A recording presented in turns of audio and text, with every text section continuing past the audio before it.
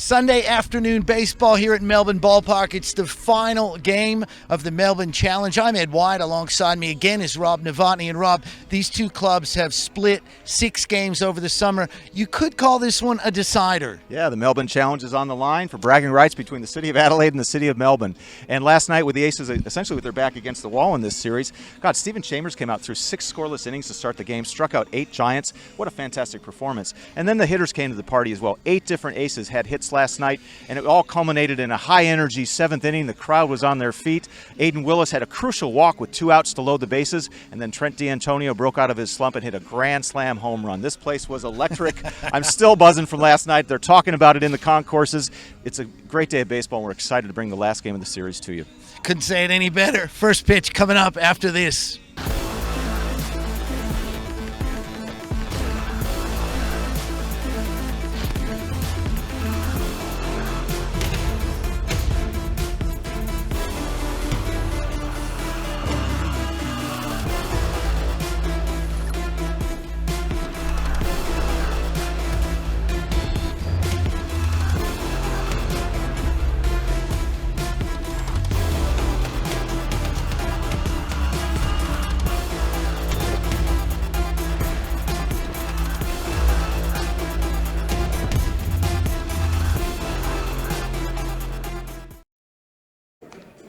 Live pictures from Melbourne Ballpark on a Sunday afternoon in the western suburbs of Melbourne.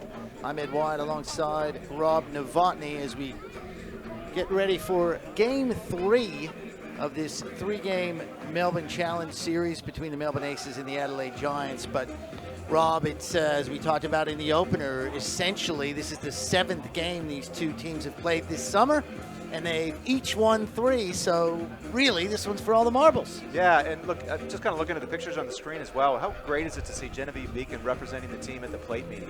It was the Saturday night of the series in January. She came in and pitched out of trouble that was no making of her own, to have that historic appearance, the first woman to pitch professionally in Australian baseball. It's so great to see her out there. We'll talk more about the game, but what a great series it's been exemplified by Genevieve Beacon. Absolutely right. Aces getting ready to be introduced to the crowd here. It's a decent crowd for a Sunday afternoon. Beautiful day for baseball. Should mention this is a 7-inning game, as that often happens with the Sunday games here after a couple of 9-inning Friday and Saturday night games. So a 7-inning game. The Melbourne Aces will go with the exact same lineup they had last night. That outfield with the 3 youngsters, Bronson Neve in left, Aiden Willis, the budding young star in center, and Nick Bertucci in right field. The infield left to right will be Daryl George at third, George Khalil, the former South Carolina product, at shortstop. Ryan Dale had a big game last night at second base, and our man Jack Berry over at first. Marcus Graham, the youngster, continues behind the plate as he did last night. And the pitcher, Rob, is Dan McGraw. Oh, great to see McGraw back on the hill. Look, anytime you get to Sunday, it's a bit hit or miss on your pitching, but hey, McGraw didn't do a bad job last time in the last series. He threw 3 innings, only giving up 3 hits, only a single run, and actually struck out 4 as well. So great to see him on the mound again. I'm expecting a good outing from him. Yep, absolutely. Spent a number of years in the Red Sox organization. Fun guy to watch pitch, that's for sure. Amy McCann, of course, will join us a little bit later in the broadcast. We've got a split crew today. Rob's going to shuffle off and coach his own baseball team today, and Amy will step in and take us through 4, 5, 6, and 7. But it has been a real pleasure to have you around, Rob. It's been a lot of fun. We weren't expecting to get any baseball, and turns out, as you see the Aces having fun over there in the dugout, we did get some baseball. Yeah. Look, the energy is still electric in the ballpark from the walk-off, or not the walk-off, but the big grand slam that was the decisive game winner last night. Of course, the Aiden Willis walk crucial into making that happen. And look, I think we're just so lucky to have baseball, and we're looking out the back. Cars are still streaming in. People want to be part of this. It's just a fantastic opportunity. And again, thank the city of Melbourne, because without them creating the opportunity to have this series, we might not have gotten any baseball this summer, and we might not have gotten to spend all this quality time ourselves. No, you're absolutely right. And one of the benefits of this, as we mentioned, no imports from the States, of course, because of COVID situations and travel issues. But these youngsters that you're seeing right now, as Aiden Willis runs out, he's been a real favorite of ours up here in the booth watching him play, as has Nick Bertucci, the right fielder, youngster who just 100% hustle the whole time. Here comes Mr. Ace, Daryl George. Oh, had a great session with him. Just about to say that. There's George Khalil, the youngster out of the Southeastern Conference, veteran Ryan Dale at second base. And the man that Rob has trademarked the phrase, likes the cut of his jib. Yeah, we had a great conversation last night, Jack Barry. Very unique individual. Actually, late night with Jack Barry, who's getting a bit of traction on social media last night. Might have to do it again. Might have to be an ongoing thing. There is Dan McGraw. Teams prepare now for the anthem. We'll be back with you right after this anthem.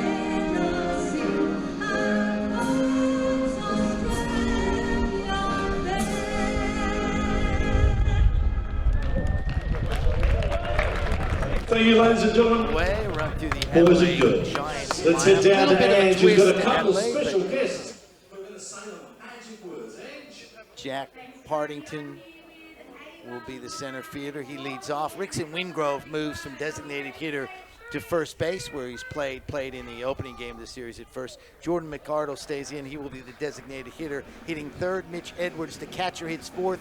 A little bit of a switch, Rob, in the 5 and 6 spots. Max Stagg, the right fielder, is going to hit 5. Liam Bull, who moves to third base, is going to hit 6. They'd previously been swapped. Brody Areola in left field hits 7th. Darcy Berry, the shortstop, moves up from 9 to 8. And Brock Wells, the new second baseman, haven't seen him since the previous series. He hits 9th. So a little bit of a shuffle there. Yeah, indeed. Well, Stagg was 4 for 4 Saturday night, or 4 for 4 Friday night. Had the big 2-run homer last night to get him back in the ball game, just put it over the fence. Actually did a great job in that at-bat, letting the ball get deep and hitting it where it was pitched. Yeah, nice at-bat from Stagg, and we want to keep an eye on him. They put him 5th for a reason, so we need to be careful. Yeah, that's right. Well, last night's game would give Aces fans hope. The previous couple of games the Aces hadn't really been put much together, but suddenly you've got, okay, we figured it out a little bit. So I'm looking forward to a really entertaining game here tonight. Yeah, and the guys are ready to win. They want to win the series, and that's really where we're at. We've had 2 Melbourne Challenge week. Oh, there's Jack Barry, our guy. Again, late night with Jack Barry, folks. Stay tuned for next season. If you didn't catch it last night, you can catch it. Mel O'Connor will put it on the socials for us. But to set the scene, so this is the last of 6 games played in over 2 weekends in the Melbourne Challenge, with 1 game played in Adelaide in between. So it's essentially a best of 7 for season bragging rights between the city of Adelaide and Melbourne. And here we go, 3 games apiece. Hey, let's hold serve here at home, Melbourne, and take the Melbourne Challenge home. Dan McGraw, the big lefty on the hill. Jack Partington leads off for Adelaide. First pitch is a ball. About 27 degrees here at the ballpark. A little bit of a breeze, as Rob mentioned. Nowhere near the strong breeze we've seen the last couple of nights. That's outside corner. Strike 1. 1-1.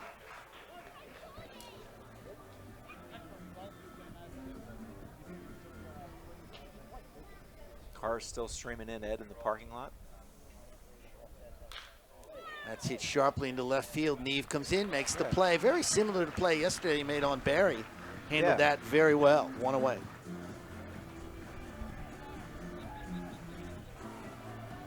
Brings up Rickson Wingrove, 2 for 5 yesterday, and the big fella even stole a base. Yeah. And this is a guy who can put one over the fence, and nice lazy breeze tonight. It's not going to really keep a well-hit ball from getting out. And it'll be interesting to see. The field's going to play different today in the daytime with less wind than it did the last 2 nights with more wind. So lefty on lefty here with McGraw to Wingrove, outside corner, strike 1. Yeah. I say this every night, but the best pitch in baseball is first pitch, strike 1. as Longstaff showed last night, that really got us out of the jam. Keep an eye on the strike zone here. The first couple of outside corners looked a little wider than the previous couple of nights, so we'll just see. That's popped up, maybe playable. Oh, just on the net there. Graham couldn't get it. Tricky one, that. Thought he had a play on that, but young catcher, probably not that familiar with it. Yeah, and I'll tell you, it was so close to the net. Yeah, I agree. The replay goes. It's one of those where normally you like to catch that ball with your hands up above your head, and I think because of the netting, it actually was an easier catch to catch it, kind of basket catch like he was trying to do, but it might be easier with the netting, but actually harder to achieve as a proper catch. 2 quick strikes on Wingrove. That's outside for a ball, 1 and 2. Yeah, you're right. The daytime vibe in terms of the game way different from the night where it's a bit windier, a little cooler. Yeah, ball doesn't carry as well. It's a grounded foul down the first base line. I'm kind of making this up, but are we allowed to say there's a marine layer here at night, as the old expression goes? We're not that far from the water, but actually I don't think that to be the case. But I lived in LA for a while, so used to that term marine layer. Yeah, just had to fit it in the broadcast, I think. But anyhow, but the air is a little bit heavier at night, as it is in a lot of places here. 1-2 pitch. Grounded to second. Dale shouldn't have a problem with it. Over to Barry, 2 away. Yeah. Dale had a nice game last night. Led off that crucial 7th inning. Did. Yeah. Then went to first to third in that flub pickoff throw. So that was some nice hustle. Just barely play. Yeah, and he ultimately was the first run of the game. Yeah. Yeah. So Jordan McArdle, the designated hitter, 1 for 5 yesterday. just speaking of Dale, he had a real nice, I think it was an 11-pitch at bat earlier in the game too. And in a series with a little bit limited pitching, you know, when you can stretch and push a pitcher like that, that's a victory despite the strikeout. So another lefty to lefty delivery here. Good pitch, strike 1.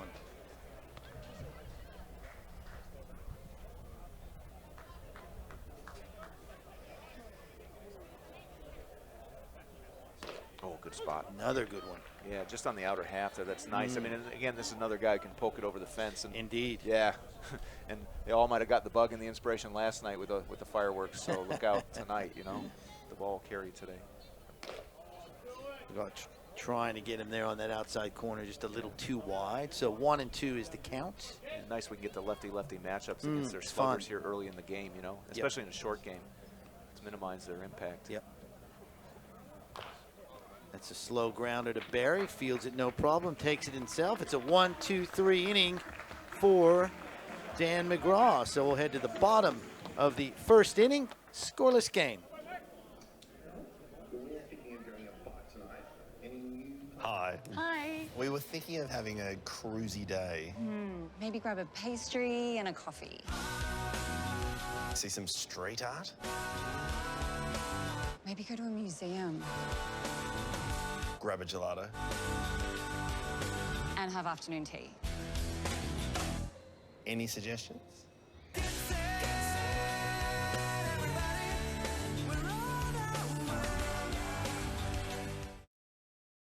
Recently, I've been working very closely with Light and Easy, and I'm going to fill you in on a little secret.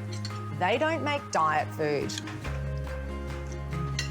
Instead, they create nutritious and delicious food for you to enjoy to help manage your weight, improve your health, and also save you time. And that same great food can help minimise your chances of suffering many illnesses later in life. So, the secret to losing weight and being healthy is simply eating delicious food. Try Light and Easy for yourself. Hi. Hi. We were thinking of having a cruisy day. Maybe grab a pastry and a coffee. See some street art. Maybe go to a museum. Grab a gelato. And have afternoon tea. Any suggestions?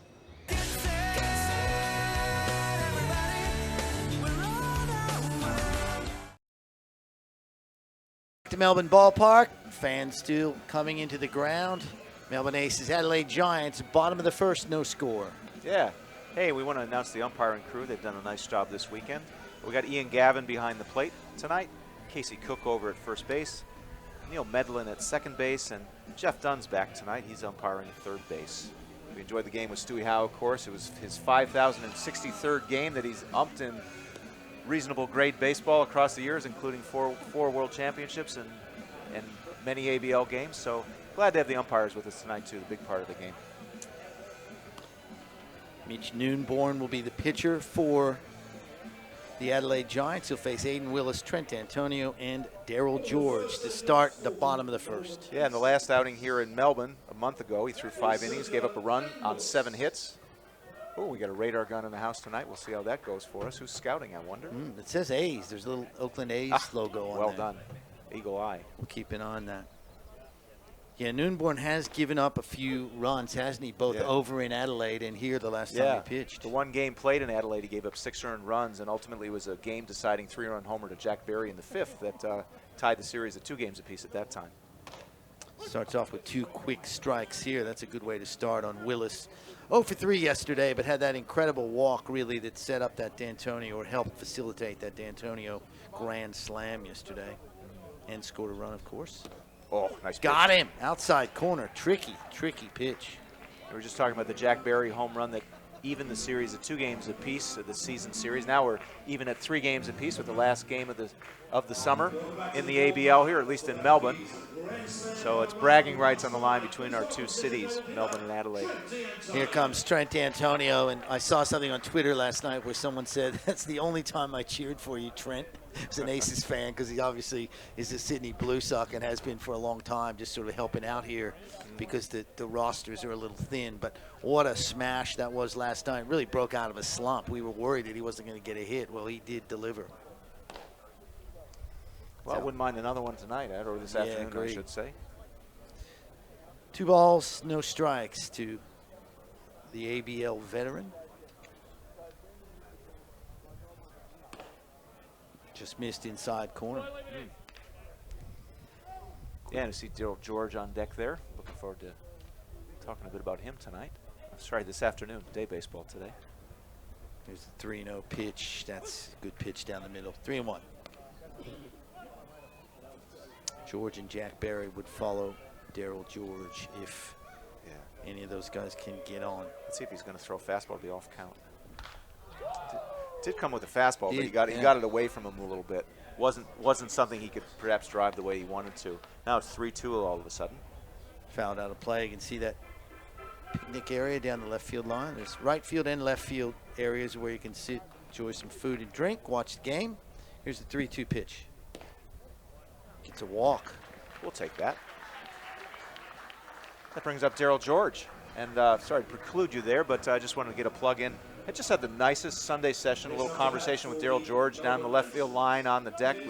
He looked resplendent in his white sweater, and we just kind of sat and chatted. It's kind of fun. My kids, Ollie and Izzy, watched as we recorded it. And we just talked about life and his family, his mother, the influence she had. Yep. Yeah, just his baseball journey and just the culture that he's actively trying to help create as well with so many other people here at the Aces. He's a good man.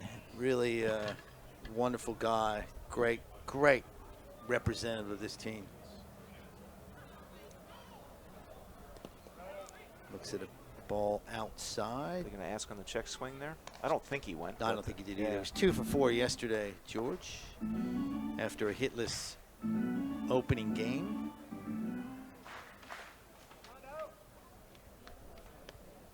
It was interesting how the 3 veterans, George, D'Antonio, and Berry, sort of delivered last night after rough opening games as George takes a strike, 1-1.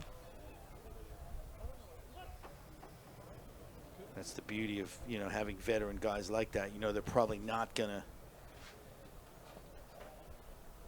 go hitless for for 3 games, let's be honest, even 2. 1-1 pitch, up the middle. Is he going to get through? It does. Base hit. Did you see Darcy Berry lay out on that play? It's completely It dove. was like he was diving in a pool. It wasn't a low ground like an airplane landing dive. It was more like a belly flop into a pool dive because it was a high hop and it was the only way he had a chance at it. We might get a look at that. Yeah. Jack Barry comes to the plate. Here we go. Yeah. Looks like Superman. Look at this dive. Whoa! I'll give him an 8.5 on that one. Yeah, good hustle. Good hustle. And if they're finally watching, it's about 8 o'clock in Iowa at the moment, so they might actually be watching live their new teammate at Northern Iowa Community College, where he's off to at some stage soon. You're getting a good one, guys. Yeah. That's for sure. There's Mitch Noonborn now, and a little bit of trouble here with Jack Barry, who, as you mentioned, did go deep on him in that Adelaide game. Ooh. He's hit that a mile high down the right field line. It's going to drift foul, as most of those down the right field line do. Yeah. He did a good job of waiting on that pitch. It just wasn't, just a little late in the end.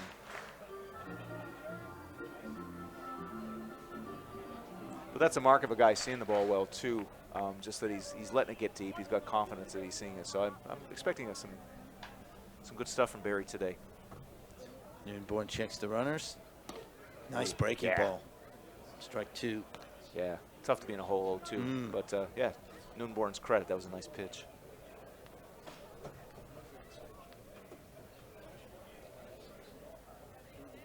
Big pitch coming up here, both for Noonborn and Barry. 2 runners on, 1 out.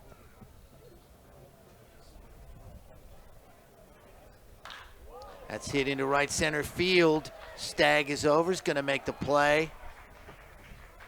D'Antonio cannot advance, 2 away. Here comes Ryan Dale. Interesting night. 1 for 3, strikeout, hit by a pitch, stole a base, scored a run. that's Yeah, and he had that 11 pitch at bat as well. And yeah, exactly. Yeah. And now, some good hey, plays in the field. Hey, I'm seeing the train going by in the distance. That's the light and easy train. If you hit that with a home run or hit that with a ball on the light and easy train, a 1-year subscription to light and easy. I want to see someone do that just to see how you get out of that. How you tell Brett Ralph he's got to pony up a year's supply of light and easy. That would be a good conversation to watch. Hey, it's a good ballpark. Every good ballpark has a train, and hey, we got the light and easy train. First pitch is a ball to Dale. Noonborn trying to get out of this inning. And if you don't mind me saying, once you get on the train with light and easy, healthy, delicious, nutritious food, absolutely, it helps you feel on track. Indeed. 2 balls, no strikes. Bottom of the first inning.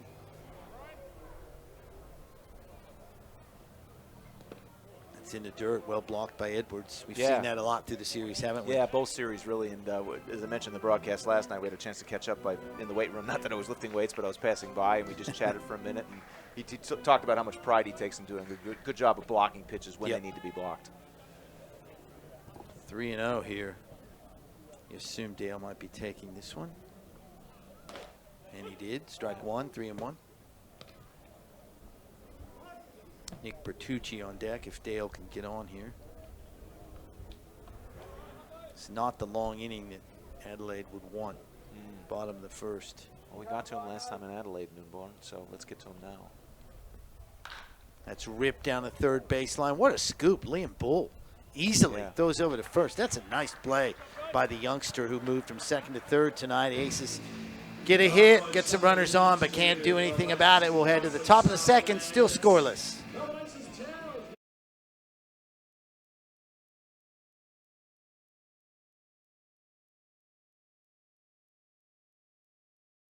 Hi. Hi. We were thinking of having a cruisy day. Maybe grab a pastry and a coffee. See some street art. Maybe go to a museum. Grab a gelato. And have afternoon tea. Any suggestions?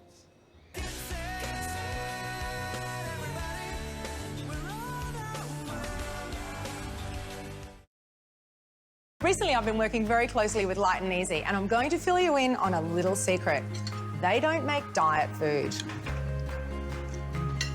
Instead, they create nutritious and delicious food for you to enjoy to help manage your weight, improve your health, and also save you time. And that same great food can help minimize your chances of suffering many illnesses later in life. So, the secret to losing weight and being healthy is simply eating delicious food. Try Light and Easy for yourself.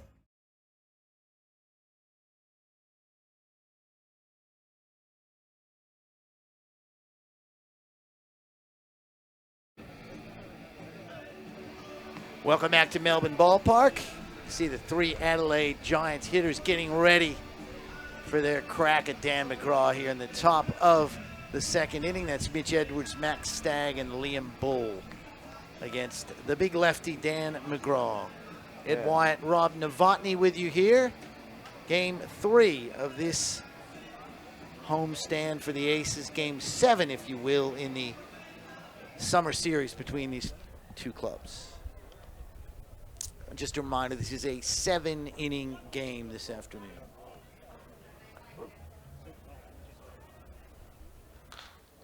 Edwards hits that sharply into left, but Bronson Neve gets a beat on it, makes the catch. 1 away. I'm just noticing that Edwards has switched back to his number 6 jersey. Is he again? Yeah, well, I think he mentioned in the weight room that his blue one, he left it at home, so he had to, or it didn't get packed or whatever. Gotcha. Yeah. All right, so he's wearing 6 today. Yeah. He had 3 walks yesterday. Yeah. Edwards. That one you can just see sort of got under it, didn't he? Yeah, a little off the end, a little under it. Neve's done well in left field. Yeah, he didn't quite hit it where it was pitched in the end, but. Now here's the dangerous Max Stagg, 2-run home run last night. 4-for-4 night, Friday night, and he's moved up to 5th in the order. He and Liam Bull have switched. Yeah, I think he's one of the ones I mentioned last night. He might have some interest in the States. Given we might have a few people watching in prime time, it's 8 o'clock there, 8:30 there now. Yeah, in this the is Midwest, 9:30 exactly. in the East Coast time zone, earlier in the West. There's Dan McGraw, big lefty inside there.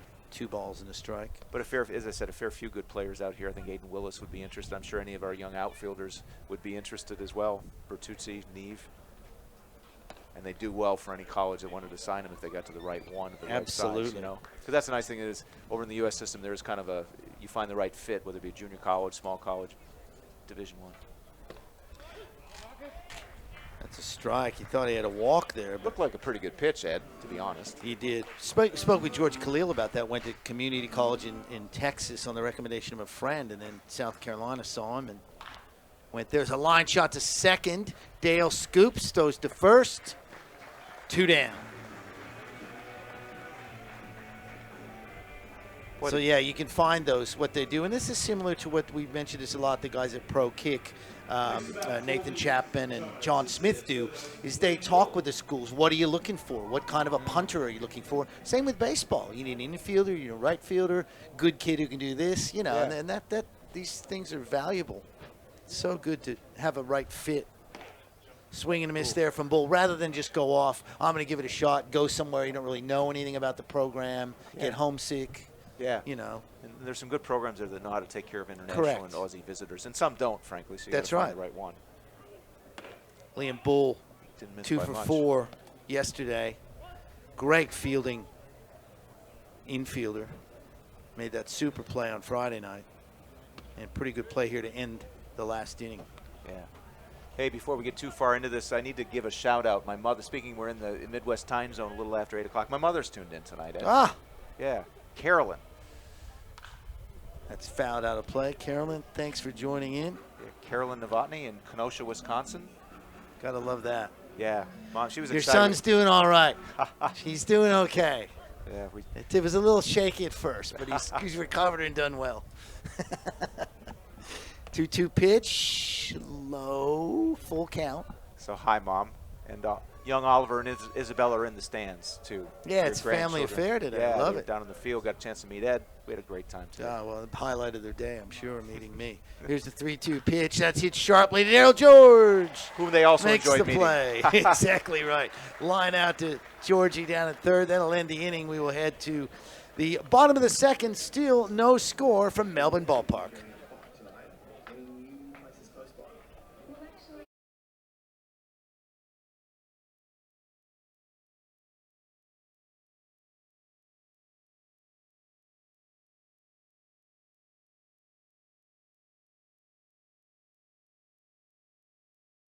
Coffee.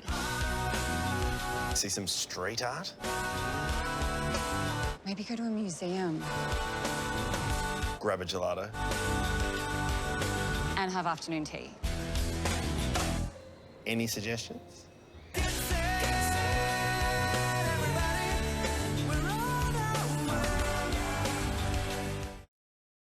Recently, I've been working very closely with Light and Easy, and I'm going to fill you in on a little secret. They don't make diet food. Instead, they create nutritious and delicious food for you to enjoy to help manage your weight, improve your health, and also save you time. And that same great food can help minimise your chances of suffering many illnesses later in life. So, the secret to losing weight and being healthy is simply eating delicious food. Try Light and Easy for yourself. Hey, it's the Melbourne Arts Precinct in South Bank, home to Australia's highest concentration of art organisations. Art Centre Melbourne, Malthouse Theatre, Australian Centre for Contemporary Art, the Melbourne Symphony Orchestra, the Australian Ballet, and the National Gallery of Victoria, NGV, the oldest and most visited gallery in the country. Be sure to check those out. Yeah, I keep talking about the National Gallery, and you know, it's really great. My kids are here today, Oliver and Isabella. It's a treat to have them at the ballpark seeing what we do. But I'd love taking them to the National Gallery. They've got such a great kids area for kids to explore and create, and not just observe art, but be artistic themselves. And that's so important. Art's not just to be watched; it's about to bring the creativity out of you. And the NGV does a great job of that here in Melbourne. Visit melbourne.com, of course, for all that information. We're in the bottom of the second inning. Nick Bertucci at the plate. Big game yesterday, 1 for 3, scored a run. Also was hit by a pitch. He's played a decent right field, the youngster. Yeah, and a nice look. He had a couple hustle hits on Friday night, which is really great. We only had 4 hits, and he had 2 of them just because he just put his head down and motored down to first base to give himself a chance. For pitcher remains Mitch Noonborn. Swing and a miss. No balls, 2 strikes. Bertucci, George Khalil, Marcus Graham are the 3 hitters for the Aces this inning.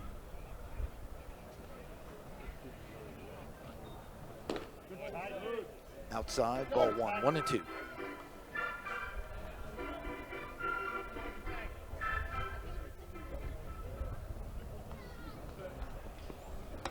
Swing and a miss, got him. Second strikeout of the night for Mitch Noonborn.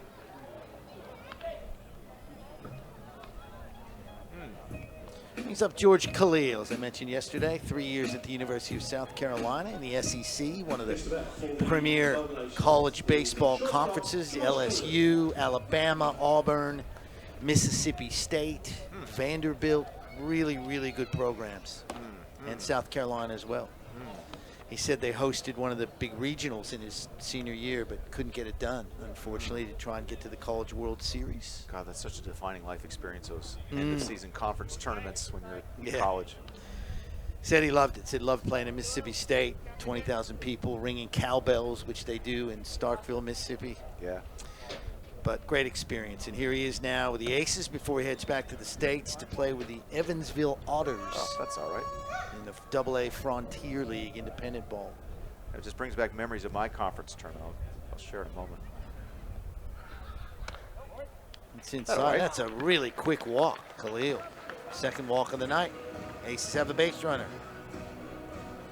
Marcus Graham now the catcher. He was 1 for 3 yesterday. Scored a run. Did a nice job behind the plate. I was just reminiscing. I spent a stint at St. Andrews, a Division II school in North Carolina, and we played our conference tournament. We played at several of the fields in the Bull Durham movie. Oh, so yeah. if you remember where they broke in and got the rain out, we played there. That's hit hard in the center field, but Partington just sort of shifts to his right and makes the catch. 2 away. And I hate to say how old I was. I was just a few years after the movie, and somehow my nickname was Crash on that team. But I'll be really honest. I don't want to talk myself up. I wasn't a starter on the team, but I got into that game. I forget the field, where they got the rain out. Yeah. And I got put in the game to lay down a sacrifice bunt. and I did. Nothing wrong with that. Yeah, but that was fundamental. You kind of rob for that. You can get the fundamentals done, right? Crash. What did he do? Laid down a bunt. Yeah. Here's Bronson Neve. Not quite the. Ooh, he's hit that sharply, but right at Darcy Berry. Easy play, and we're done through the second inning. We'll head to the top of the third. Still no score.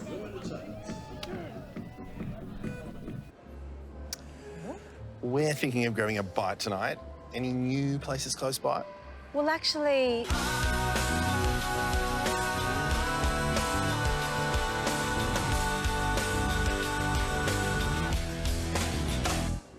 And there's also... Oh, I think 20's enough. yeah, that should do us.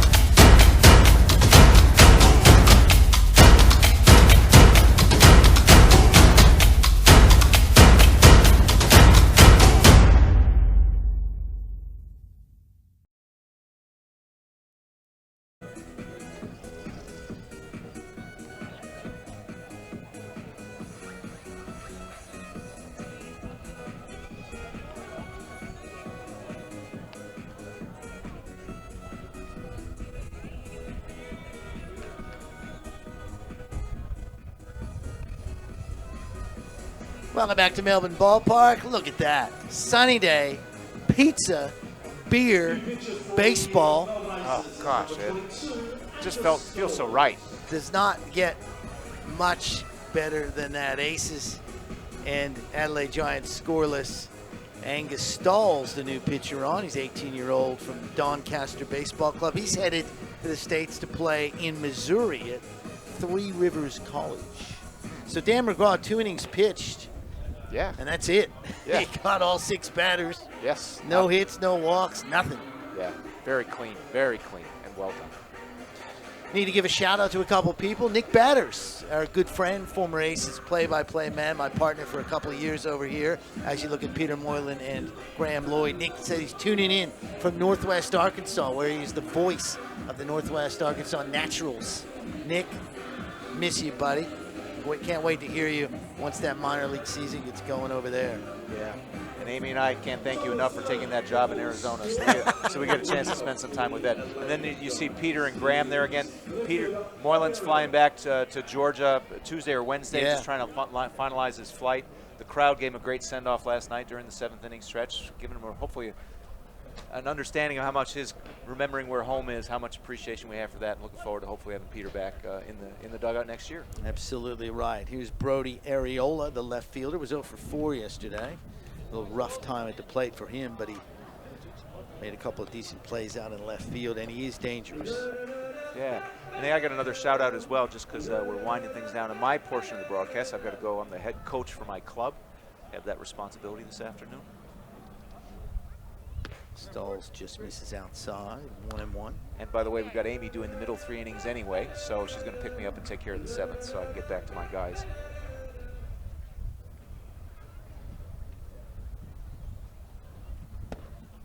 Outside. And I got a message today, just a quick one from Oni Guillen back in Chicago, the son of former American League Manager of the Year, World Series winning manager, American League All-Star shortstop Ozzie Guillen. Oni's. Cool. Oni, Ozzie, Junior, Osney are all sons of Ozzie. Very close, tight-knit family. And Oni and Ozzie came down here to Melbourne about 8 years ago.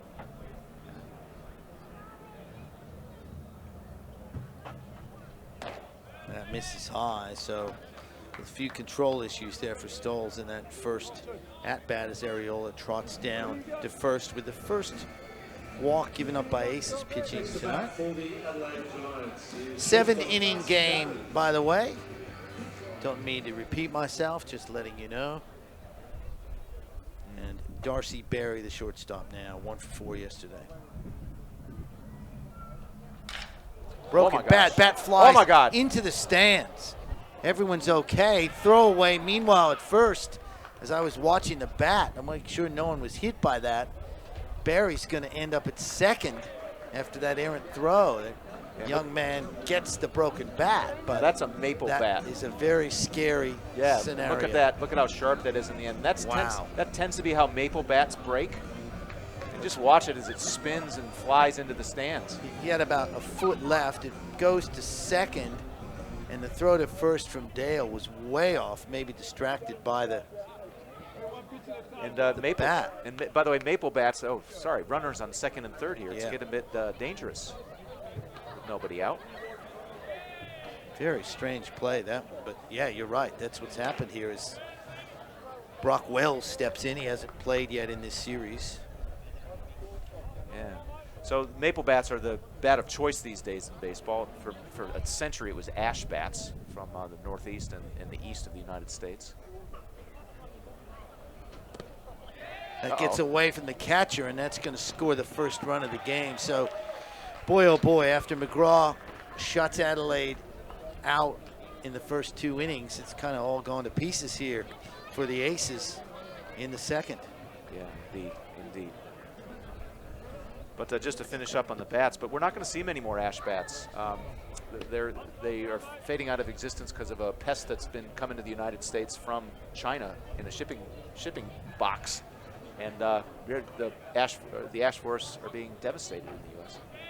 Well, they got both pieces of the bat, as that's blooped into left center. Could be a tough play.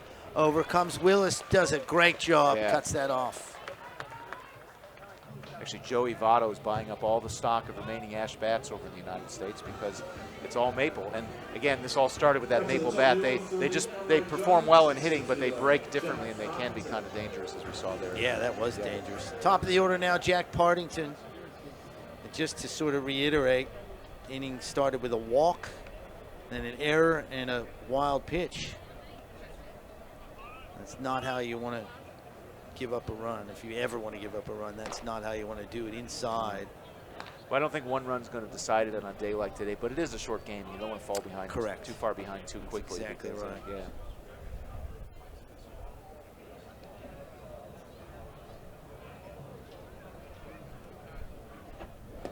Oh, good pitch. Oh, did you see? You couldn't see it on the TV, but Marcus's glove, Graham's glove, is about to break. You could see the ball almost come. You can almost see it like this hole in his glove. You could see it on the. Just keep watching. He's going to need to restring that glove, or a ball's going to pop through it in the next inning or two. So just keep an eye on Graham's glove. You can kind of see the hole in it almost. 2-0 pitch. That's looped into right field. That's going to score a run. Partington just sort of blooped that thing into right center field. It's 2-0 Giants. RBI for Partington. Just to finish, oh, sorry, go ahead and introduce the next batter. Well, it's Rickson Wingrove stepping in. Dangerous hitter. Yeah, indeed. You know, we need to limit this scoring, and unfortunately, we're getting to the heart of their order now. Their two big lefties are facing our righty, who's not throwing as well as he might like to be at the moment. So, yeah. First hit of the game, that for Adelaide, believe it or not. Yeah, good point. Runner going, got a huge jump. Nice throw, too late. Was a good throw, but no chance of getting Partington, who runs pretty well. Yeah, that was on the jump, not on Graham. Correct. Graham made a good throw there. Yep, got a really good jump. Yeah. Yeah, he got rid of that quickly, didn't he? Yeah, and certainly not all Stahl's fault, by the way. I don't portray that. Certainly the walk didn't help, but the broken bat and the error weren't his. He did his job. He got a broken bat, for goodness sakes. Yep. Nice pitch. Yeah, it's just more on the Aces in general after you get those 3 up, 3 down by McGraw in the first and the second, and then you get a walk, an error, a wild pitch, bang. Yes. 2 behind, unfortunately. Yeah. A 1 out, runner on second. Runner going again, and it's hit into left center. Neve was moving to his right, so he couldn't make the play, and it's 3-0. Big hit from Rickson Wingrove. Gosh, and just like that, stealing on the pitch. They must be seeing something with Stalls where they're getting a good jump. But I guess I'll take that over a home run. Wingrove being that threat, but yeah, gosh, we're falling behind here. We're going to need to stop the bleeding a bit and have an answer when we come up to bat. There's still only 1 out. You got Jordan McArdle, who can hit. And Mitch Edwards on deck.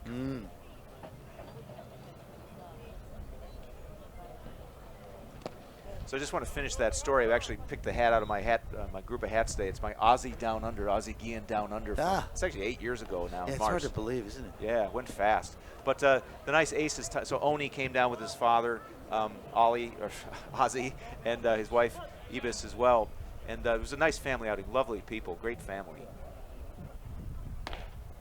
Outside corner strike. Spent some time with Jeff Hooker in the Perth Heat over in Western Australia, and then we spent some time here in Victoria, and the Aces got on board. Windsor Knox was a GM at the time and did a great job of supporting having the ex-Big League manager, World Series winner here. Outside corner, and I mean outside corner. Jeez. As I noted before, for those not familiar, Ozzie Guillen, the 85 Rookie of the Year shortstop for the White Sox, 3-time All-Star, Manager of the Year, World Series winning manager, doing actually nominated for an Emmy for his broadcast work over in Chicago these days for the White Sox. He was kind enough to give me a bit of broadcast. He said I was started off a bit shaky. Well, I got through it a bit. Ozzie Guillen was kind enough to give me a bit of advice. He's a really good man. But at any rate, it ties all into the Aces and Windsor Knox, and I'll finish that story in just a moment. Let's see what happens on this 2-2 pitch. Runner going. Gets away from Graham, so another stolen base, theoretically. I'm just seeing Windsor down in the crowd, mingling. He's our head of commercial these days with the Aces, but back then he was the GM, and he took it upon himself at one of the events that the Aces helped sponsor. He came with a number 13 Guillen Aces jersey and invited him to be the manager of the Melbourne Aces back in 2014. There is Windsor. Yeah, there's Windsor.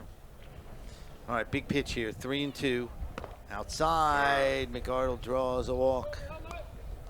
Yeah, and so that shot around the world on social media. Ozzie was getting texts from people. That's fantastic. You're managing again. The Aces, fantastic. But that was Windsor Knox, making the most of a moment to do what he could for the ball club. And yeah. And there's Graham Lloyd taking the trip to the mound. Yep. Yeah, we're not sitting in the position we want to be at the moment. Only one out, and the Giants continue to threaten. But I think we talked about this a bit in the last series. If I'm having a bit of trouble, the guy I want to comfort me is Graham Lloyd. I just got the feeling no matter how bad it is, Graham comes out and tells you it's going to be, puts his hand on your shoulder and says it's going to be all right. Just do this. I'll feel okay and it'll be all right. Although we brought that up with someone, I can't remember who it was, and they said he's not nearly as, when you see him coming out, you're not that comforted by him. Who was that? I can't remember who that was. They said there is the 2-time World Series winner, Graham Lloyd, and one of the nicest guys, not just in baseball, just in general. He's just a wonderful person. Yeah, and look, for those of you listening at home, many people know it, but he's a 2-time World Series winner with the New York Yankees in the 90s. He's got 2 World Series rings as a middle reliever, pitched some clutch situations in the playoffs and World Series for the Yankees. Here we go. Mitch Edwards flew out his first time up. That's hit right at the shortstop. Khalil, he makes the play and jumps over and tags the bag. Inning-ending double play. That limits some damage. Although Adelaide do get 3 runs. They lead it 3-0 as we head to the bottom of the third. We'll watch that again just before we leave you. And you know what? Graham Lloyd came out, and it was all better. Said get him to line to short and step on the bag for double play. Back after this.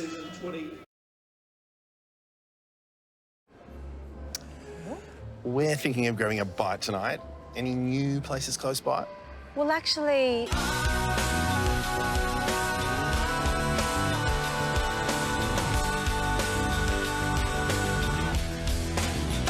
Oh, and there's also... Oh, I think 20's enough.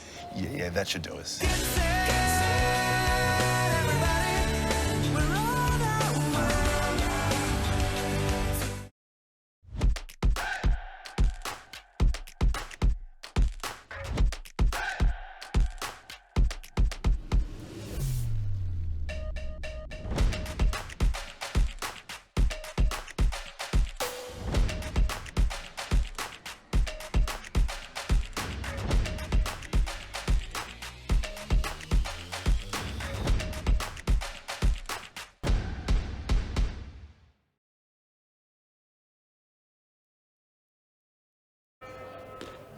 In Melbourne, you can uncover some of the city's most revered places of significance to Aboriginal people and understand the locals who were and still are central to Aboriginal existence. Aboriginal art, culture, nature, and history are all in abundance in Melbourne. Visit melbourne.com. Oh. And if you are in Melbourne, visit Melbourne Ballpark. Visit the ballpark. Get out of the way, Hiroki. Memberships are currently on sale for next year, same price as this year. So melbourneaces.com.au, find yourself a membership. Love to see you at the ballpark next year, no doubt about it. Missed you this year, but we at least managed to get 6 games in here. Yeah. I might say one more time, I'll say it in a moment, thank you, City of Melbourne. Aiden Willis will lead off. Top of the order, Willis, D'Antonio, and Daryl George. You know, we think about this, Ed, you know, we were talking about it offline here before. Without these 2 Melbourne Challenge Series, we're going 18 months without ABL baseball. Yeah, think about that's that. right. And I think the fans really responded. We had around 1,000 people each of the last 2 nights. We've got a nice Sunday crowd. We'll look to see what that attendance is. And it doesn't happen without, obviously, the commitment of the Adelaide Giants to come out here, a tremendous commitment from the Aces organization and staff to put this together. There's Noonborn, a little happier now that he's got 3 runs in his back pocket. But at the end of the day, you know, it's City of Melbourne, it's the state of Victoria putting some funding behind this event to make sure that it happens. And that's so important to support these important events that keep our communities going. And a big thanks from the baseball community. And from the Melbourne Aces to the City of Melbourne for what they've done. There's a quick walk to Willis. That's a good start if you're an Aces fan. Good base runner. And that really sums up Aiden Willis. You know, he's not a big leaguer yet, but you know, he doesn't swing at bad pitches, so he really gives himself a chance because he only swings at pitches that are good pitches, giving himself a better chance to hit and to draw some walks and bring up the on-base percentage as well. So it's been a pleasure watching Aiden Willis play this weekend. Here's Trent D'Antonio, the designated hitter. He walked in the first inning. Lines that to Bull at third, throws to first. Willis is going to get doubled off. So, wow, that's pitcher's best friend if you're Mitch Noonborn. And for all the praise that I gave to Aiden Willis, that you can't do that. You got to freeze in the line drive with less than 2 outs. That's especially when you're trailing in the ball game. Tricky one. Yeah, but you know, that's why you get the young players out here to learn and grow. And again, what a great young player to watch. But I'll tell you who's coming up now. What a great older player Daryl to George. know. He is.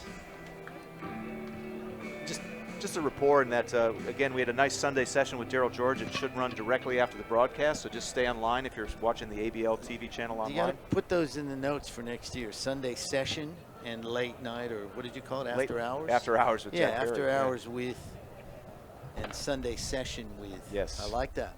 Yes. But Make Daryl, a note of those. Just as we really got into the conversation, talking about the culture, and just kind of like Jack Barry did the night before about. Oh. Yeah, tough pitch, but nice pitch, but it looked a little loud. But yeah, anyway, it's easier to say up here. Strikes on a little wider tonight. I can say that without criticizing than the last 2 nights. Yeah. Much wider. Each different person has their zone. That's grounded to second. That should be it. And they're out of the inning. And Rob, it's time for you to head out, coach that little league team. It's been my men's first grade team. team. It's your men's team. I'm the head club coach at Bond Beach. Apologies, down to Bond Beach for the big boys. Thank you. It's been a pleasure. We will see you very, very soon. Thank you, my friend. To everybody in the Aces organization, thank you for the opportunity. Ed, you've been a fantastic partner. So gracious. Thank you so much. Back after this. Hi. Hi. We were thinking of having a cruisy day. Maybe grab a pastry and a coffee. See some street art. Maybe go to a museum. Grab a gelato. And have afternoon tea. Any suggestions?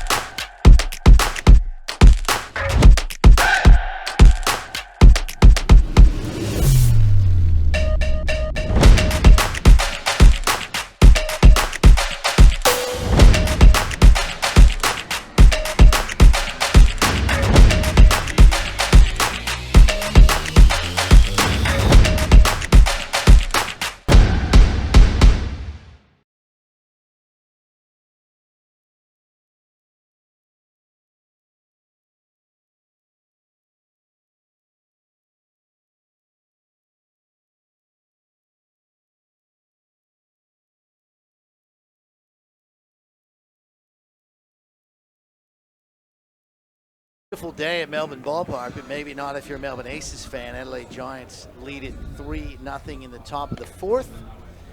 Ed Wyatt with you. Rob Novotny's moved on, and I'm joined once again by Former superstar of the women's game. She's been with us all weekend, Amy McCann. Good afternoon. Good afternoon, thank you. Great to be here. I'm a little bit jealous I'm excited to be here, but I'm actually a little bit jealous of Rob going to play because it is a mint of a day. It is. You want to be out there. It is, and need to reiterate again, this is a 7-inning game today. The Sunday games are often 7-inning games. Adelaide's got Max Stagg, Liam Bull, and Brody Areola at the plate to face Angus Stalls, who, let's be honest, struggled a little bit in his first inning of pitching. Yeah, I mean, having a mental blank. Complete. Daniel McGrath and Angus Stalls. It's basically a tale of two cities from the same club. Both from the Doncaster Baseball Club, both having, I guess, a reversal of fortune here for Stalls. He pitched really well in that previous series in January. Yeah. So, well, a couple of walks, errors, a wild pitch, you know, those intangibles really hurt the Aces. Only one hit really in that inning for Adelaide. That's a nice job by Stalls there to get 2 quick strikes on Max Stagg, who was a dangerous hitter. yeah, look, obviously that error at second base by Brian Dowell really, I guess, kick-started it for Adelaide there. When you got runners on second and third with none out. That's lined up the middle for a base hit. Nice piece of hitting by Max Stagg. He continues to impress. I've got a quick question for you on that. Do you think, from your experience, that shattering bat would have distracted Ryan Dale at all? Because a very uncharacteristic throw. No? Yeah, look, I could have. I mean, you look at went up sort of up the third baseline. It could have been directly in his eye line, and then just that fraction of a second you take it off. You saw it. It only needs a little bit to be down the line from the first baseman and the runner coming up. Yeah. He can't come down and field that. It's just a strange play. I was worried about the bat, so I sort of followed that into the crowd and then looked up and the ball was thrown away. So just a strange play. As Liam Bull now steps in with a runner on first, and Adelaide looking to put some more runs on here. Playing in centre field, broken bats is not something I needed to worry about. But we're pretty lucky it didn't happen last night. That left side was completely packed last night. Thankfully. Yeah, no, it's a really good point actually. Saw a little kid pick it up there today, so that's a fantastic souvenir. Great souvenir. Outside, well blocked by Graham.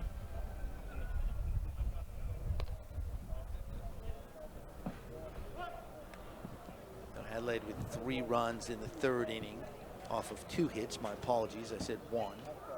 They did get 2. Popped out of Graham's glove, but no damage done. Gotta look at it here. That's the, oh yeah, that's the broken bat play. Just a very uncharacteristic throw from Yeah, and as we Brian said, Dale. as I said just before, as soon as you see a walk here to Liam Bull, once you throw that ball down the line, it makes it a really hard play for the first baseman. Yeah. It's that hits that danger territory of I guess injury, or that's the point where you forget about the play and you save yourself. So I'm sure Dale will be looking to make amends next time he gets the ball. We've got a double play situation here. Runners on first and second, none out. Brody Areola, who walked to start that 3rd inning, ended up scoring on a wild pitch. So Stagg on second, Bull on first. It's the English pub, right? The Stagg and Bull. Areola at the plate. 3-0 in favor of the Giants. That's hit deep into center field. Willis will get under it. See if the runner tags. He's going to tag. Throw in from Willis. A great throw. Not in time. A little offline. Looked good when it left, but drifted a little bit to Daryl George's left. I love that play by Stagg there, running on tag fly. I mean, to take second to third is usually something you see on the ball to right field. And it wasn't deep. It was a fairly regulation ball. It hung up there for a while. If we see the replay, that's absolutely fantastic running. And for a centre fielder there on this field, you really need to hit that line drive one, hopper to the third baseman. You can't be going through a cutoff. Love it. Yeah, we've seen that from Adelaide. They have had some very good base running from their young kids. Darcy Barry now, one of those young kids, steps up. 1 out. Runners at the corners. And again, it's that 5, 6, 7. Yes. Stagg, Bull, Areola, and we see Barry's jumped up from the number 9. So yeah, he's jumped up. Stagg and Bull have switched as well, which is interesting. Yeah, but you're right. It's that group, isn't it, that's doing the damage. outside, well blocked. Need to mention too, Amy, that on this third day with these limited rosters, the pitching options just aren't there for Peter Moylan. So, you know, theoretically, we saw that last night. You know, you might bring someone in, but you can't really afford to do that. That's hit sharply down the left field line. I think it's going to go foul. It does. Fortunately for the Aces. Yeah, it's lucky for Stalls and the Aces there. Yeah, look, I think we spoke off air before. We still haven't seen, we hadn't seen Angus Stalls. We haven't seen Josh Tolles. We obviously know Genevieve Beacom is hanging down there, and we'll look to see if we see either of those out there today. 7 doesn't sound like a lot, but sometimes when the scoreboard's not in your favour, sometimes 7 can feel a lot. Yep.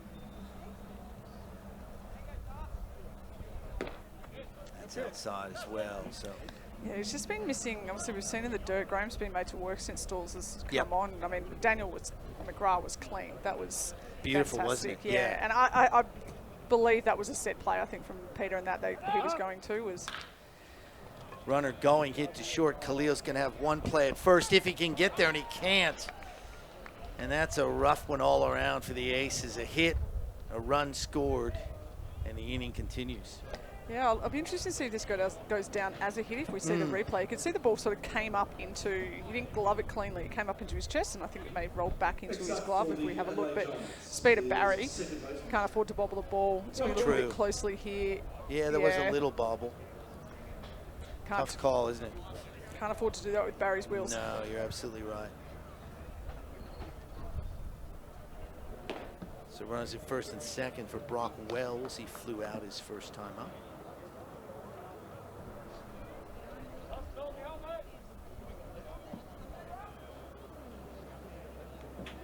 Wait and see whether that's a hit or an error. That misses high.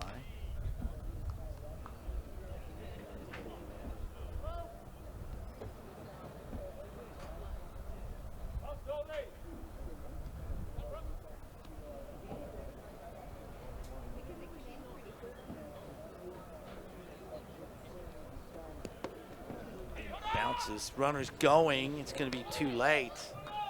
And this horror inning continues for the Aces as the runners move up to second and third. That is great base running by Liam Bull. Again.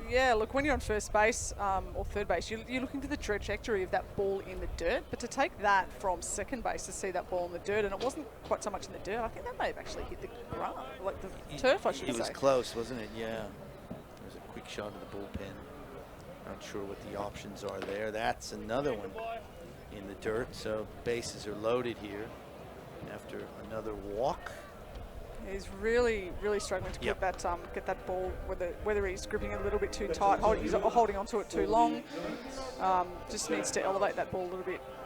Not something we want to do too much as a pitch, but I think he just needs to make that adjustment. Yep.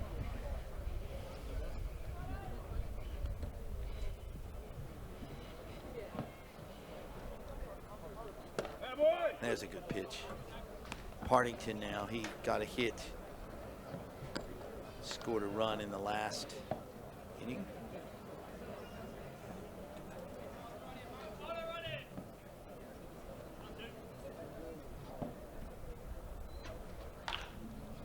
That's fisted down the right field line. It's going to be foul, fortunately, for the Aces, because that would have scored 2 if that dropped in.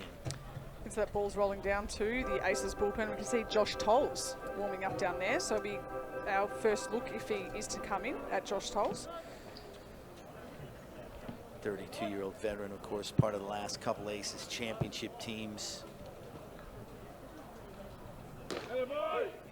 Got him, great pitch, nice work, Angus Stalls. 2 down. Yeah, that's an absolute fantastic pitch there. We've seen him struggling to hit the zone, and that's a pitcher's pitch right there. Outside corner, bases loaded. Gets that second out. Here's Wingrove, dangerous hitter, singled in the 3rd inning.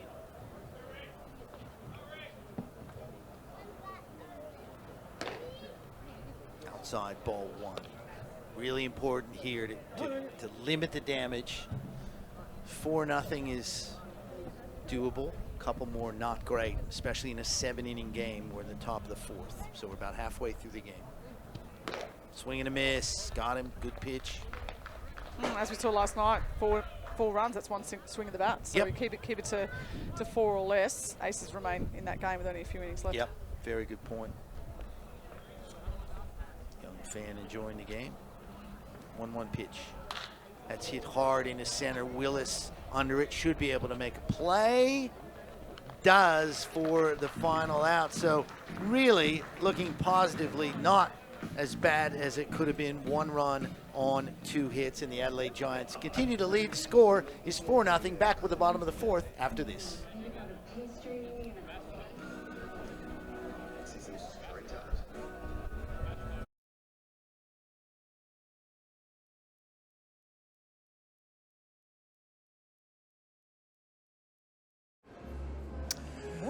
We're thinking of grabbing a bite tonight.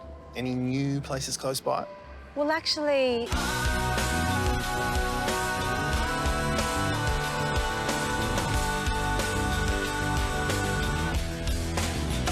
Oh, and there's also... Oh, I think 20's enough. yeah, that should do us.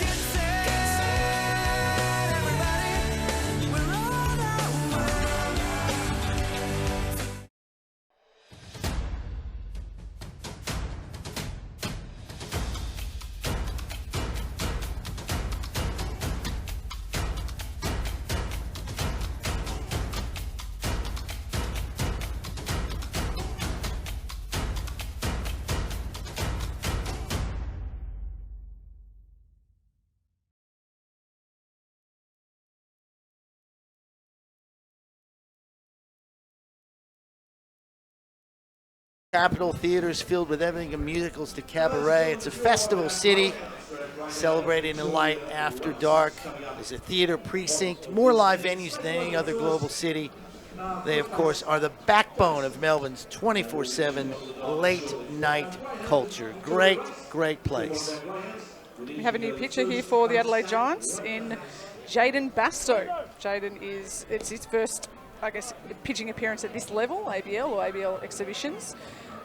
Jaden is a right-handed pitcher from New South Wales, spent some time over in the US in college. Did do a couple innings, Amy, in that previous series through just a couple of innings.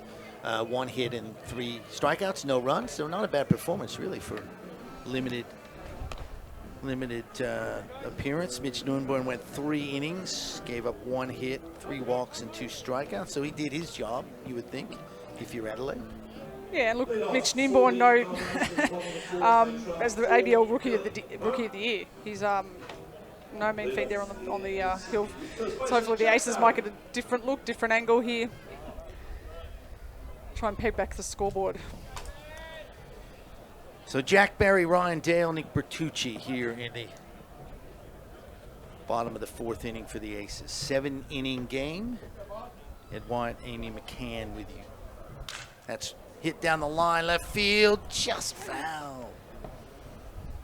Been a lot of those this series, both ways, just drifting a little bit into foul territory, and I think that bat broke as well. Yeah, we obviously I listened to the discussion of the maple bats and the ash bats Rob's with Rob. Did this dissertation? The history's PhD on bats. It was I learned a few things there. No, it was very interesting. But yeah, we see a totally different break of the bat there. I have a feeling Jack is going to. We've seen a couple of really good balls, pieces of the bat. He had a double last night. I've got a feeling sun's shining.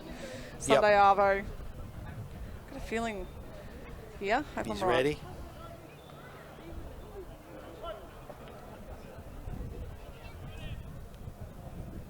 Flew out to right field his first time up.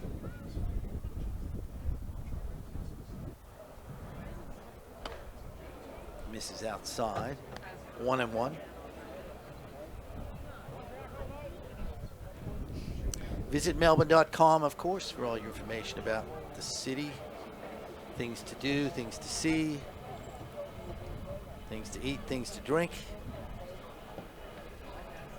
Here's Bastow to Barry, righty to righty. Low, ball 2, 2-1.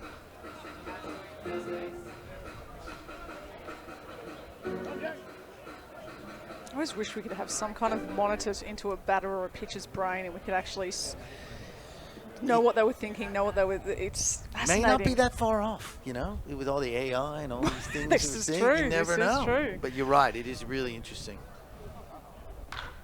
That's hit hard into right field. Stagg is over, chasing it on the warning track. Hits the wall, but makes the catch. Another long out for Jack Berry. Yeah, look, almost a carbon copy. Obviously got a bit more of that one into right field that time, and just unfortunate for him. As we look at the replay here, that's a great catch from Max Stagg out there. Obviously a ballpark he's not too familiar with, but the key as an outfielder is you would have come to the ground, you take a couple of steps, you know, in stride, how far, and he would have taken a couple. He should have been expecting that. And the ball's soft out there. That's a great catch.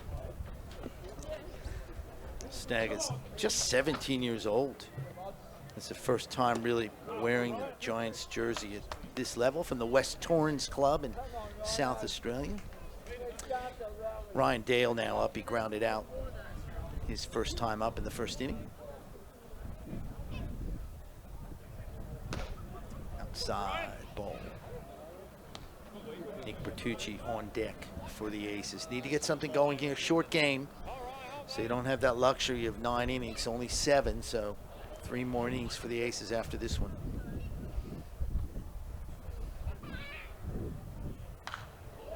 That's hit out of play. Haven't been so many foul balls.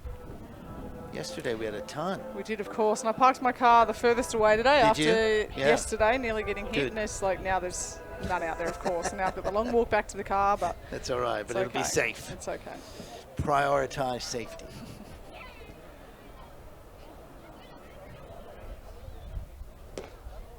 That's in the dirt. 3-1 is the count. 3-1 count. I think I know what's going through Dale's head. It's the Looking favourite. looking for a good one. Yeah, it's my favourite count.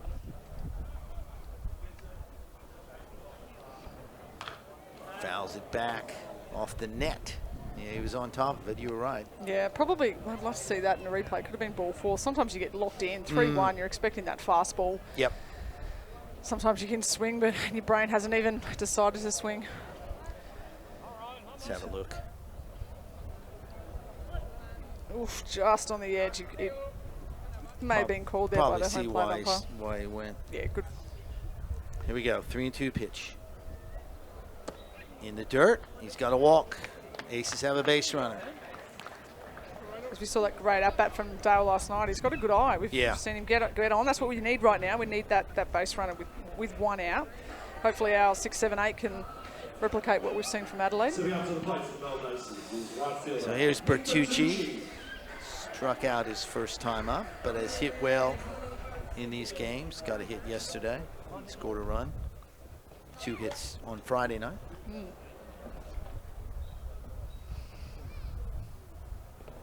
Swing and a miss. High fastball. Strike 1. He's still not even 18. We forget.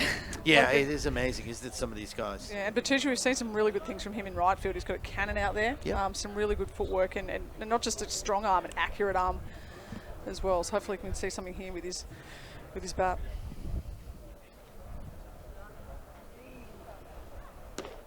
This is outside with the breaking ball. It's really interesting when you're calling these games and you just sort of see them as players and you kind of realize, you forget some of these guys are 17, 18, the plays they're making and the way they're sort of, going about their business. It's really interesting.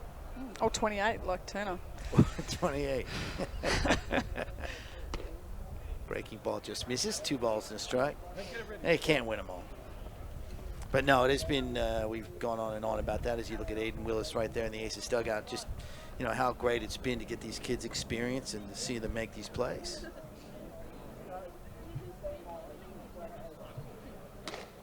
It's just outside. So again, Basto having some trouble hitting the plate. 3-1. Yeah, so I look down in the dugout there, you can see Moylan, Lloyd, Deeble. I'll tell you, if I was in that dugout right now, it'd be McCann. I'd be standing right next to him. I'd be trying to listen to everything, trying to soak it all in. Correct. Swing and a miss. Good pitch from Basto to come back and force a full count here.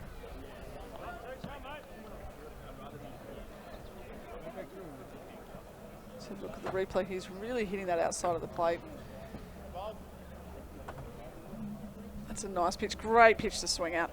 Just too good for him. Got him.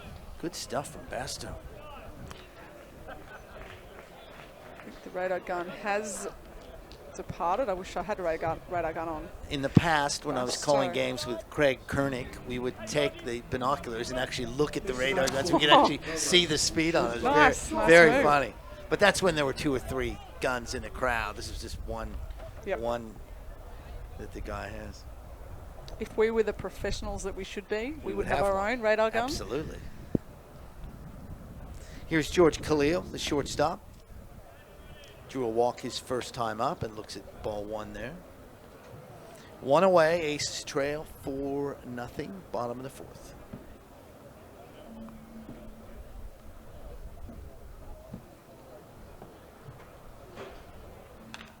Fouled back, 1-1.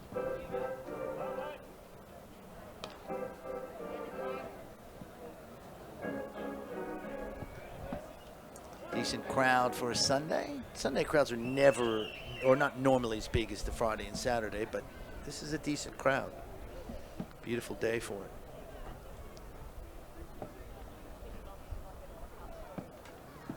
It's outside, ball 2.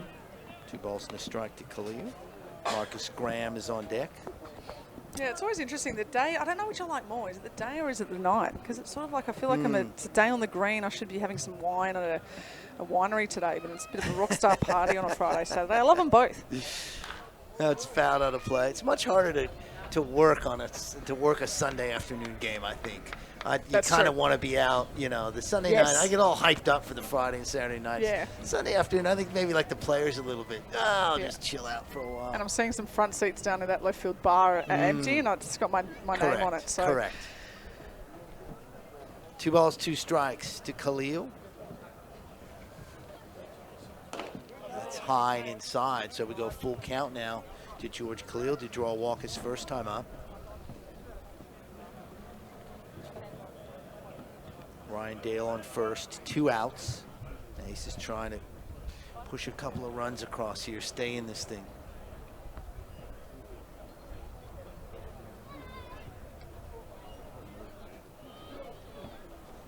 That's a sharp hit right to Liam Bull for the final out. Well hit, but right at Bull, unfortunately, and the Aces can't do anything here.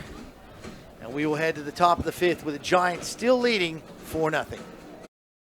Hi. Hi. We were thinking of having a cruisy day. Maybe grab a pastry and a coffee. See some street art. Maybe go to a museum Grab a gelato. and have afternoon tea. Any suggestions?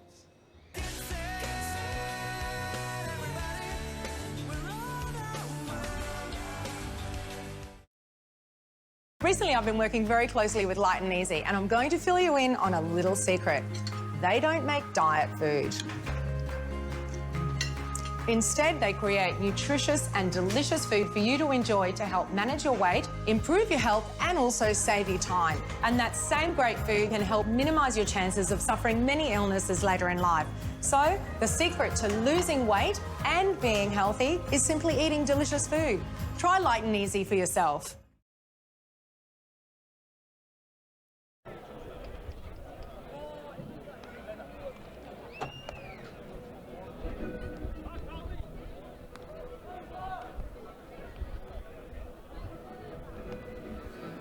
Welcome back to the ballpark.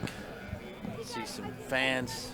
Greyhound Racing Victoria Initiative. No, those aren't greyhounds. People trying to run and emulate greyhounds. Probably not doing as great a job. But last night, there were probably 100 kids running. Not that race, but in the kids' race. I've never seen so many kids. Graham Lloyd, John Diebel, players were talking about how many kids were running across the field, and that was the 6th inning when they do that. They've never seen that many. Neither. I've never seen that many. It was, I don't know where they all came from, whether they were all in the car park trying to get the foul balls. That's right. You were trying to recruit them, weren't you, for I baseball? wanted Forgot about that. I wanted to get these nets and just get them up. Don't let them leave the ballpark until they've signed up to a local club. No, it was absolutely fantastic. And that's what I'm loving about the crowd. It's not just the sheer numbers of the crowd. It's the amount of kids that are running around. It's great signs for for the sport. Josh Tolles, the new pitcher for the Aces, left-hander, 32-year-old, real veteran, was 2-0 last season with an ERA below 2.0. His ABL record 26-12 with a 2.76 ERA. A couple seasons in the Phillies and the Royals, made it as high as AAA. So he is a legitimate professional pitcher, and he's got a wicked curveball. Just wicked. You can see that one there. Just missed. Yeah, I mean, Tolles and George, so integral to those two Yep. Melbourne ABL championship victories. That's fouled back out of play. So 1-1. Jordan McArdle, Mitch Edwards, Max Stagg, the hitters for the Giants here in the 5th inning. So McGraw goes 2, Stalls goes 2, and now Tolles is in with a nice breaking ball, strike 2. Ed Wyatt and Amy McCann with you. 7-inning game, so 3 more innings to go here, and that's got him. Wow. Cardle didn't like the call. No, I'd like to see the replay of that where that crossed the plate. That's a The nasty pitch. strike zone is much bigger tonight than it has been the previous 2 nights. Let's have a look. Next up for the Giants is the catcher. I won't see it from that angle. That look on McCardle's face. I think that's a replay of any baseball player that's been rung up. I think that was me a few weeks ago, actually. Oh, that's hit well into center. Willis coming in. Can he get there? No, he can't. He's got speed. He covers it well, but wasn't able to get that one as Mitch Edwards gets a base hit. And that'll bring up the dangerous Max Stagg. Ooh, There it was. it's a nice catcher brought it in a couple of. Tolles even had a little smile Balls. on his face there. I think he was happy with that call as well. So you just turn around, you call the outs, and Yep. Yep. They probably even out, don't they, over the years? Yeah, look, I think obviously with every line drive, we've seen a couple of line drives that have been caught. That last one to end the inning Yep. for the Aces, you know that as soon as that line drive gets hit, you know your teammate's going to get the blooper. We see it all the time. But yeah, like I think baseball's it's a harsh game, but yeah, it's fair and it does even out. Good pitch, really fooled the youngster Stagg. I mean, we should see how these youngsters go against Tolles, who, you know, is a real veteran with some of those unique pitches. For sure. As I said, we haven't seen. I mean, we've had Stephen Kent. We saw Chambers earlier in this series. So yeah, Tolles is going to be a challenge for them. That's low, 1-2.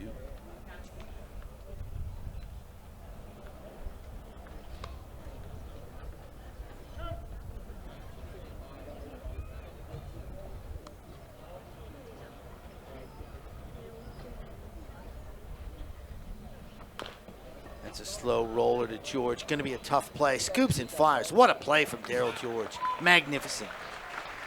Yeah, we've seen a few. I think it was in Friday night. We saw a few balls. Adelaide beat a few balls out to the infield, that area. But that's Darryl George came in, knew exactly. As we have a look at the replay here, just chopped it in. Then you come see Darryl just comes up, scoops. He knows that's the only play that he can make. How quickly did he transfer that from glove to hand? Unbelievable. That's why we love him. Yeah, absolutely. Of Altona, Among we love many it. reasons. Yes. Here's Liam Bull now. Lined out in second, walked in the 4th. Another slick fielding youngster. Liam Bull's made some great plays at second and third.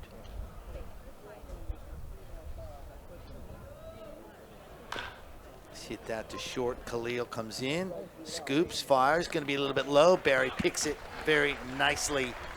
And Josh Tolles is out of the inning, gives up 1 hit, but no runs. We'll head to the bottom of the 5th. Melbourne Aces trail the Adelaide Giants 4-0. Ladies and gentlemen, welcome out of the Hi. Hi. We were thinking of having a cruisy day. Maybe grab a pastry and a coffee. See some street art. Maybe go to a museum Grab a gelato. and have afternoon tea. Any suggestions?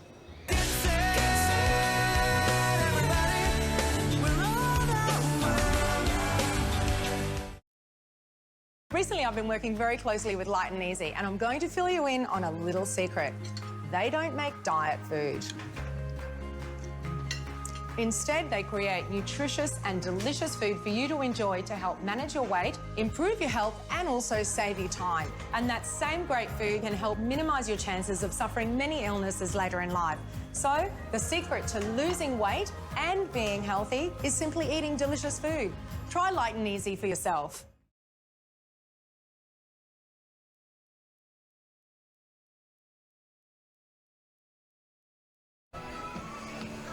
Melbourne's laneways, plenty of them, hidden, scattered throughout the city centre and neighbourhoods.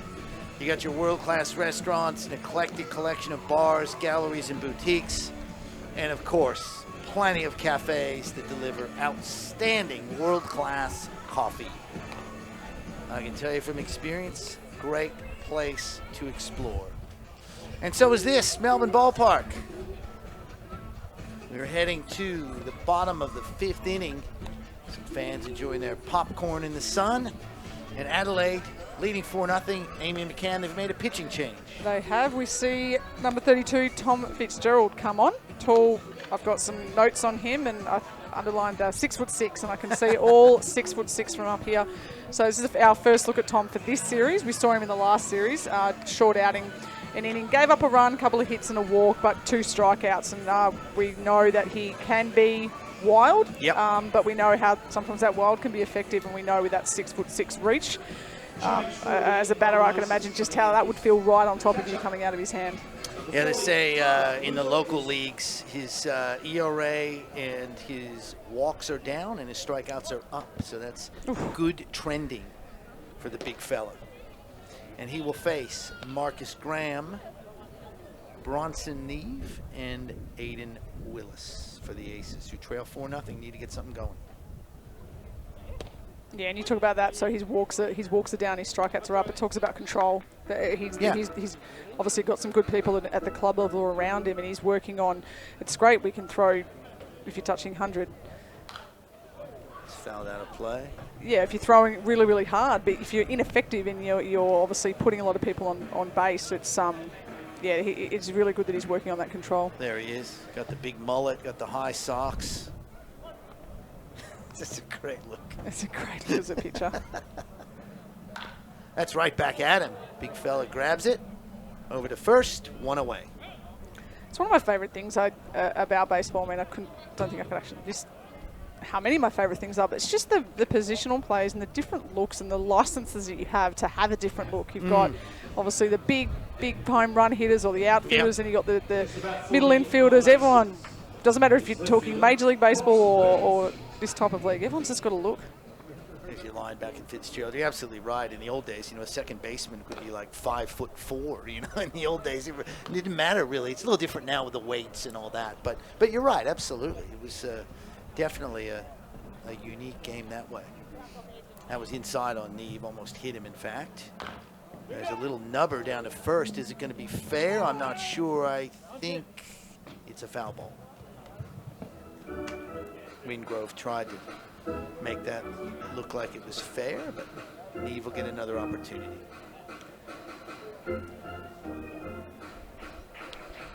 As you see, you really have to tip your cap to pitchers, because it's one thing to have to stand there and pitch, but you really respect those pitchers. We talked about Greg Maddux the other day with his 10, 15 gold gloves. It's to be a fielding pitcher, that's just it's a whole nother level. Ooh, lost control of that one. Went over the top of Bronson Neve's head. So a little bit of that wildness from Fitzgerald there. You can see that. Ooh. You see pictures like that, it's when I'm glad to be up here. And that's a first baseman. Yeah, that's a first baseman. Big, just kind of standing there, waiting for the ball to come to him. Thinking about his hitting. Exactly. 2-1 pitch. Fastball misses, 3-1. That's going to put Neve on. First walk for Fitzgerald. 5th walk of the night for Adelaide. Brings up top of the order Aiden Willis. Interesting to see with the runner on here, to see the move of Tom Fitzgerald, see how he can hold on Bronson. We know Bronson's got some speed. There we go. That was a big lead from Bronson there. He made sure he went back on that very quickly. So you'd like to think there's an opportunity to do something. Willis has done some clutch things. We've only got one out. Willis, D'Antonio on deck, then George and Barry. So opportunity perhaps for the Aces to climb back into this thing.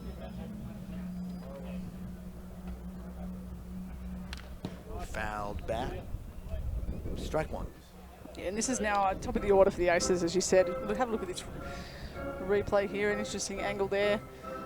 Good pitch to swing at. It's that discipline now. They've seen a couple of wild pitches from Fitzgerald. The discipline now for them to make some chase good pitches, make good contact. Goes back over to keep Neve. That was close. At bay, it was a little closer than I thought it might be.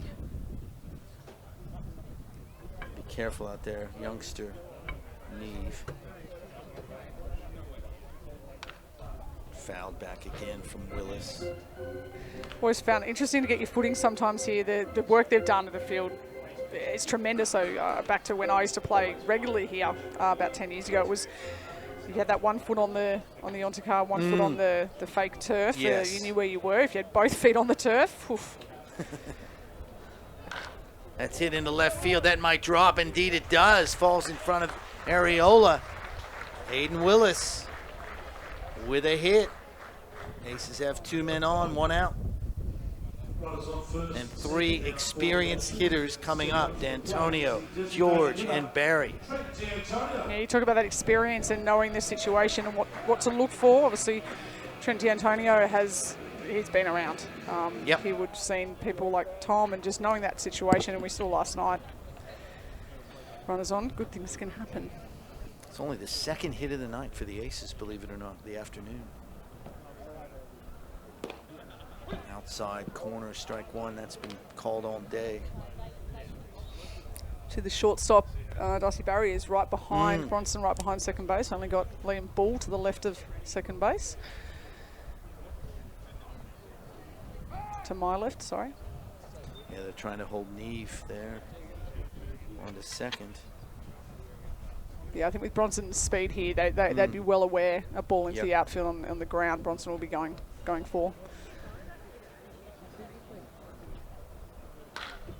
That's hit right up the middle, a base hit for D'Antonio. Neve will score. Throw to third is a good throw, but it's offline at the end. And the Aces have runners at the corners and 1 run in. It's 4-1. Trent D'Antonio delivers again.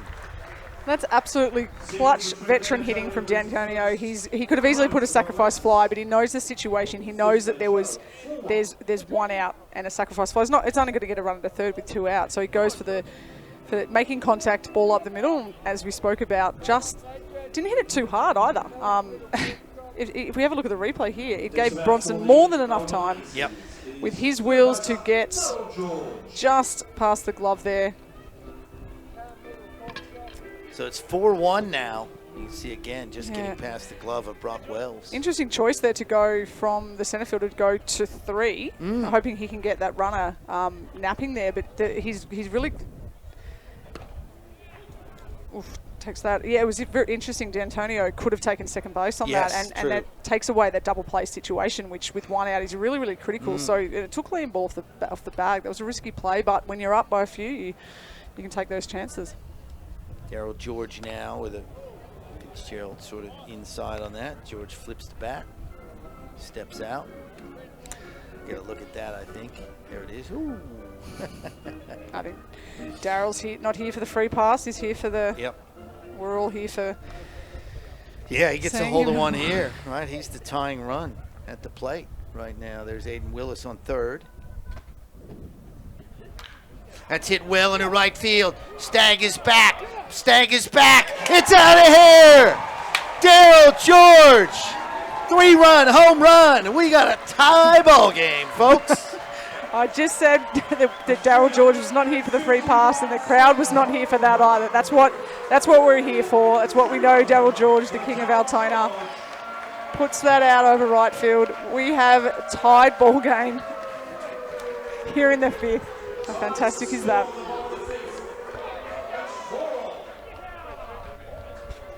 How about that?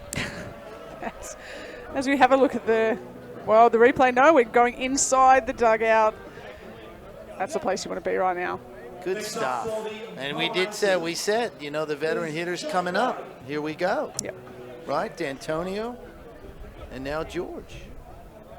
And here's Jack Barry now. So still just one out in a 4-4 game.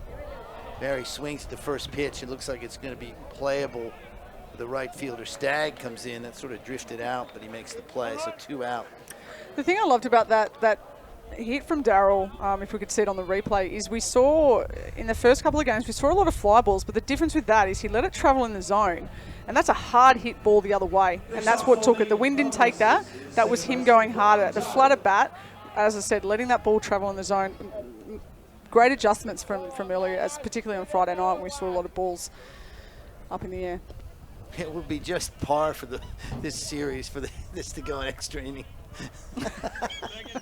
Just how close these teams have been, the games they've played. You know, we've split 6 games already. Here we go. We're tied in the 7th game of the summer. Magnificent stuff.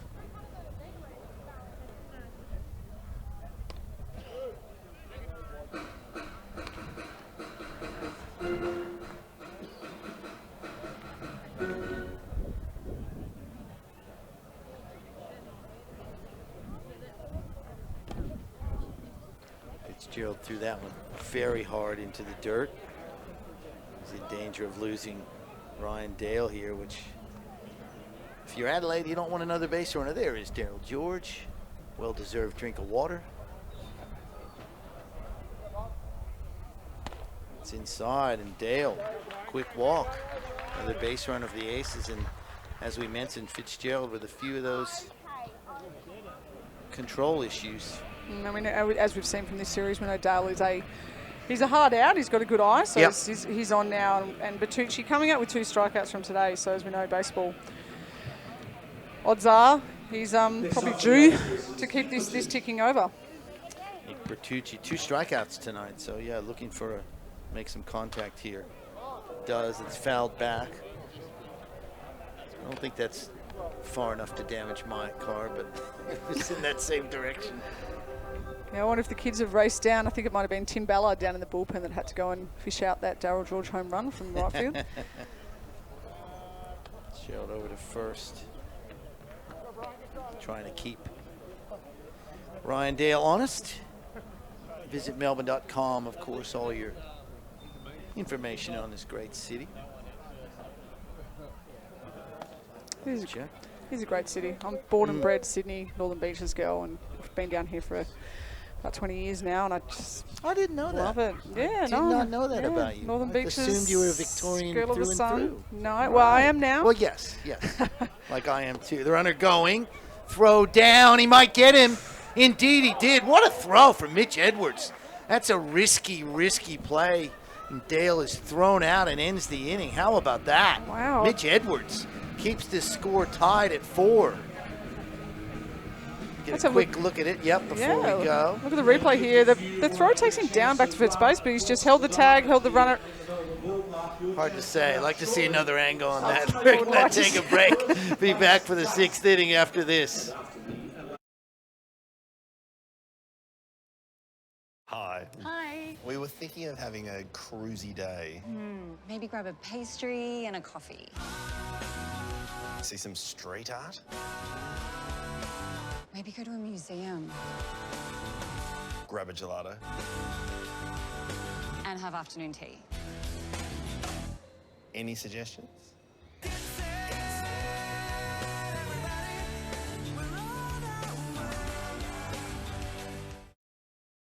Recently, I've been working very closely with Light and Easy, and I'm going to fill you in on a little secret. They don't make diet food. Instead, they create nutritious and delicious food for you to enjoy to help manage your weight, improve your health, and also save you time. And that same great food can help minimise your chances of suffering many illnesses later in life. So, the secret to losing weight and being healthy is simply eating delicious food. Try Light and Easy for yourself.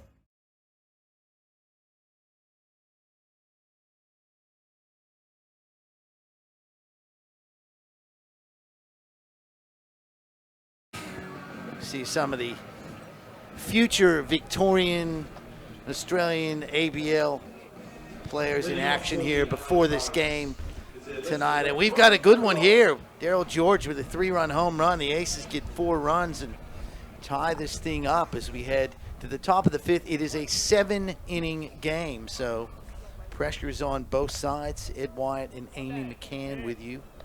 Josh Tolles continuing on the mound, faces Brody Areola, Darcy Berry, and Brock Wells. That's fouled out of play. Had the fortunes last night. Wasn't in the booth to see Trent D'Antoni's home run, the Grand Slam, sorry. So I've seen one outside in the crowd, one inside the booth, so I'm feeling pretty lucky. Yeah, it was great to call that D'Antonio home run last night, especially because he was due. We're making a big deal about how disappointed he would have been, the player on loan, and really not delivering much, but sure did last night and tonight. And that's the great thing about baseball. Just one swing of the bat, it can, not that the crowd was turning against him, wasn't like that, but just you can just win over a full packed house with just one swing of the bat. That's a good pitch from Tolles. You're absolutely right. Look, you can do no wrong. If you're wearing white today or white last night, we love you. Tolles delivers a ground ball in the left field. That's a really nice hit from Brody Areola, his first hit of the game. And the Giants have their leadoff man on. Brings up Darcy Berry. He singled last time up. Yeah, and obviously the situation, we've seen a lot of fireworks. We've seen scoring in 3 innings now, but we're effectively in the all ball game now. Yep. So we're top of the first. Leadoff runner has just got leadoff batter. Sorry, has just got on. So it's basically we're just starting from scratch. So we'll see how Adelaide plays this inning. There's a line shot. Dale goes back to first, not in time. Ooh. So one away, nearly doubled off. Yeah, a little bit of a late reaction Areola. There from Areola there at first base to get back. That was interesting. Whether he just misread it, thought it was going over, or... Next up for the Giants is their second baser, Brock Wells. Replay wasn't as close as it may have looked in real life, but still closer than he'd want as Brock Wells steps up. Walked his last time up, flew out in the 3rd. Swing and a miss.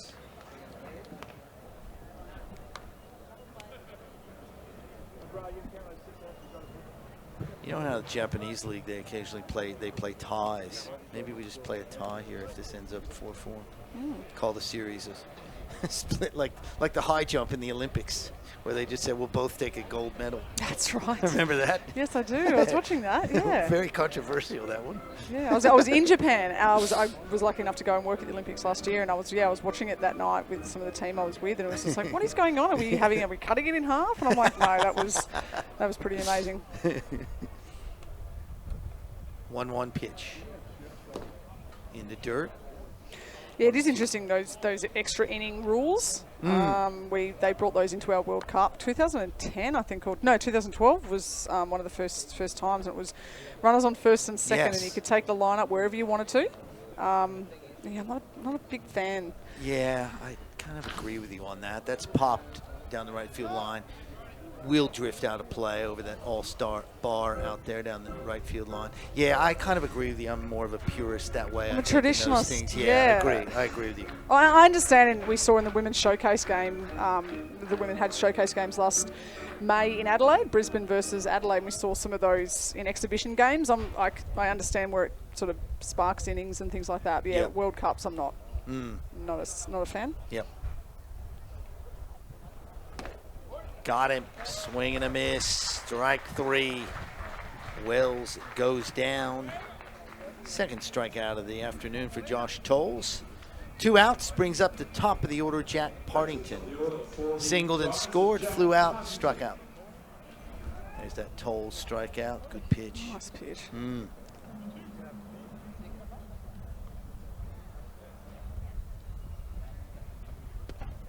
Big breaker. Strike 1. That's what he's known for, that spinning curveball.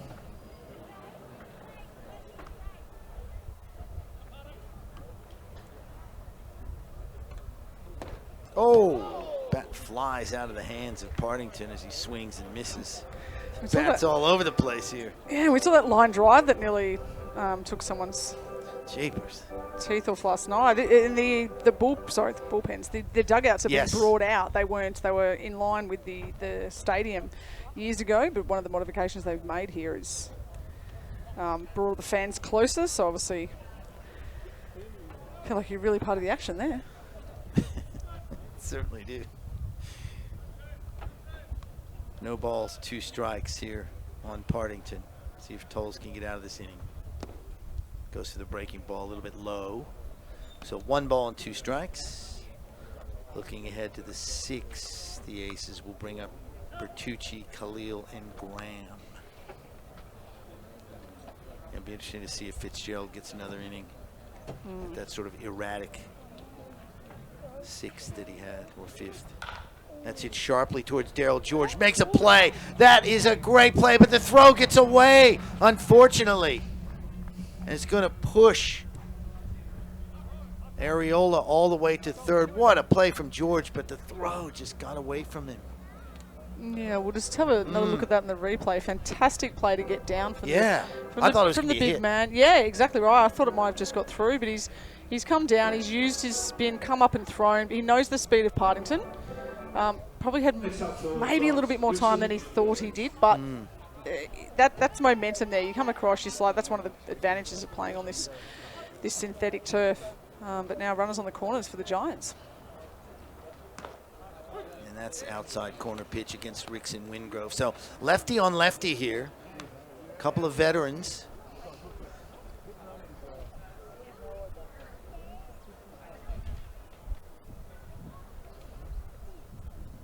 Wingrove young, but he's been in this league for a while, been over in the States as well. Takes a 2nd strike. It's a tight call on the inside corner there. On the outside corner, sorry. Yeah, look, obviously none out. Runner on 3rd. Minimum job here. Wondering what's going through his mind here, just looking for, you've seen some of those seeing eye ground balls through the... It's a good eye there from Wingrove. Shading him in the outfield a bit. We've only got, right centre. Bronson's got a lot of territory to cover there in left field. We know he's got the wheels to do it. Yep.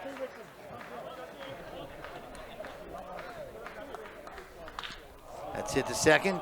Dale flips it over to Khalil for the final out. Tolles gets out of the inning. Adelaide get a hit, but they don't get any runs. And we're going to move to the bottom of the 6th inning. Still tied, 4-4.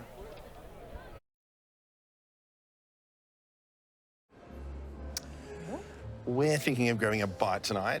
Any new places close by? Well, actually...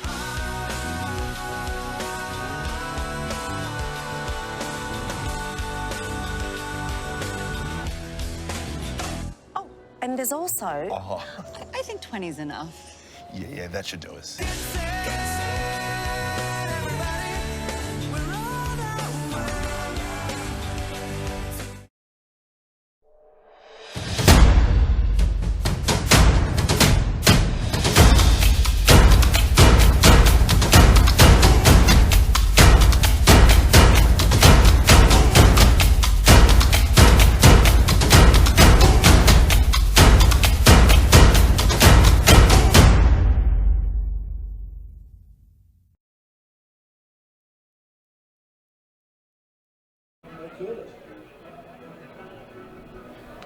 Welcome back to Melbourne Ballpark. Getting a look at the Melbourne Aces dugout there, and there's some of the kids. That's what we were referring to earlier, Amy McCann, the middle of the 6th inning. Kids get to run across the outfield, and that's a big crowd there of kids. Last night it was even more, but great fun for everyone here. Yeah, I think last night we probably saw, I'm just going to say it was probably 3 times that size, but obviously Sunday still a great crowd, but we know that Sunday morning is also Baseball Victoria's Junior League competition, so obviously a lot of teams probably hitting up McDonald's at the moment after they've just finished their 9 a.m. Little League games. I know I would be if I was a 12-year-old and I just been up since 6 a.m. to play Sunday morning. But yep.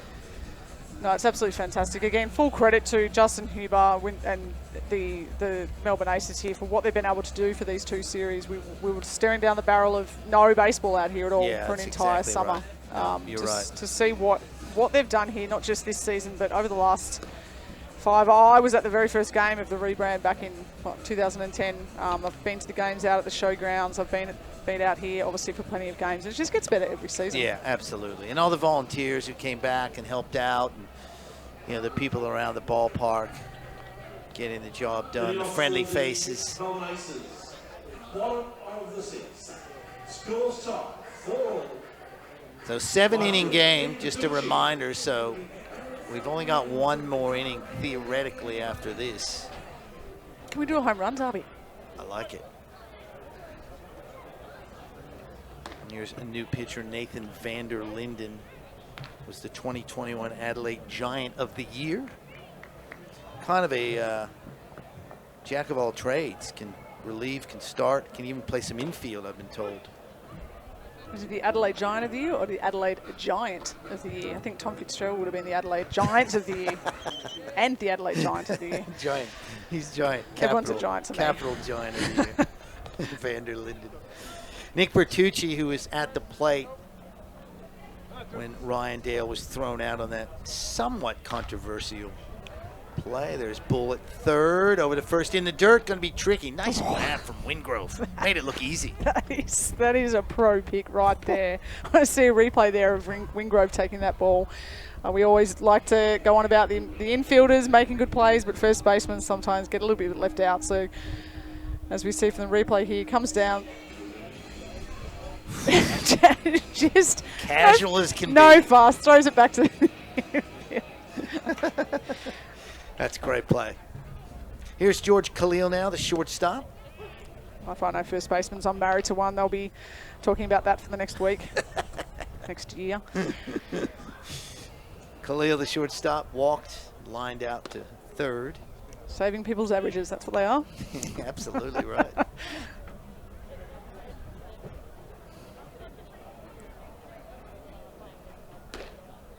Misses outside.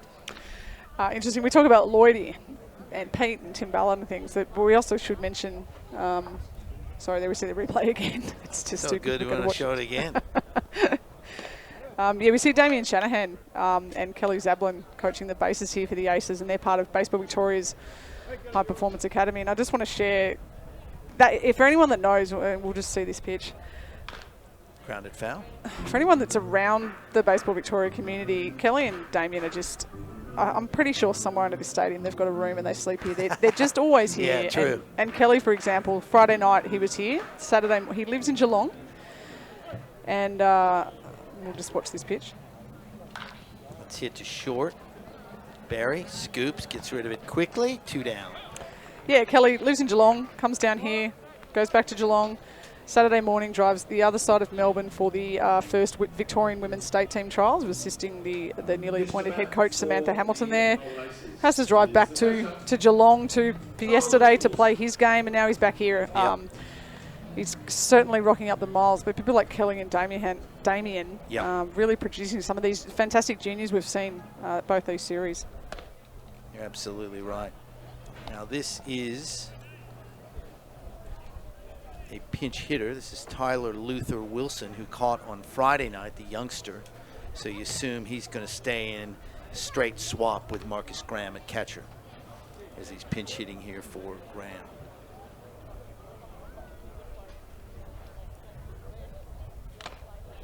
Oh, straight off back. the helmet of the catcher there. We had that the other night as well off of Edwards. Who would catch? I know. Rob What? Novotny. That's all you need to know. Why would No, you? you're right. It's an amazing position. It really is something special. Speaking of Rob, cheers to him. I think he's listening as he drives down to coach's game. That's fouled out of play. Enjoyed having Rob as we have with you, Amy McCann. It's been a lot of fun. I wasn't sure we were going to get, we keep saying this, I wasn't sure we were going to get baseball, get a phone call. Hey, we're going to get a series. You want to do it? Of course I do. Do I have to answer? Exactly right. Got him. Ooh. Looking. Nice pitch. Van der Linden does a really nice job and gets the Aces down 1-2-3. So we know the top of the 7th, meant to be the final inning here at Melbourne Ballpark. We'll see how that goes. Scores tied 4-4.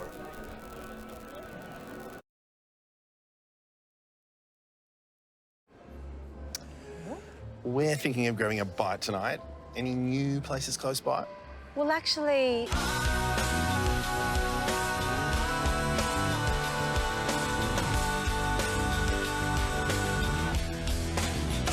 Oh, and there's also... Oh, I think 20's enough. yeah, that should do us.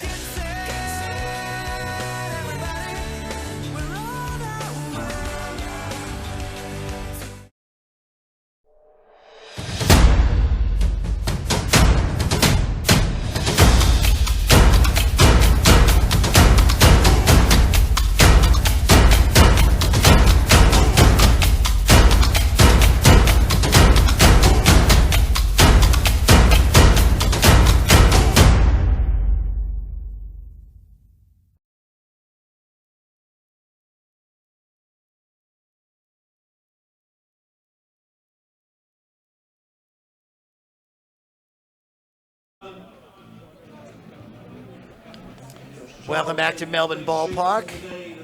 Just had a conference with the managers of both teams and the umpires. This is a scheduled 7-inning game. This is the top of 7. These are theoretically exhibition games, so we're not sure whether there'll be any extra time, any extra innings or not, but maybe someone can settle it in this inning, preferably the Aces for the fans here and for us. And we won't have to worry about that. But we will see. Josh Tolles continues on the mound as you look at some of the scenes from the earlier games here tonight. Great to see some girls and boys playing baseball out here. It's beautiful. Really great initiative from Werribee Giants. They made the decision to make it sort of a composite team from boys and girls. And for them to be out playing on this, it's a great start there from Tolles. Strike one. Yeah, great initiative. And they get to play on this field. And now they're all sitting in the crowd having some hot dogs. So McArdle, Edwards, and Stagg, dangerous part of the order here. But that, as you said, Amy, great way to start. 2 quick strikes on Jordan McArdle.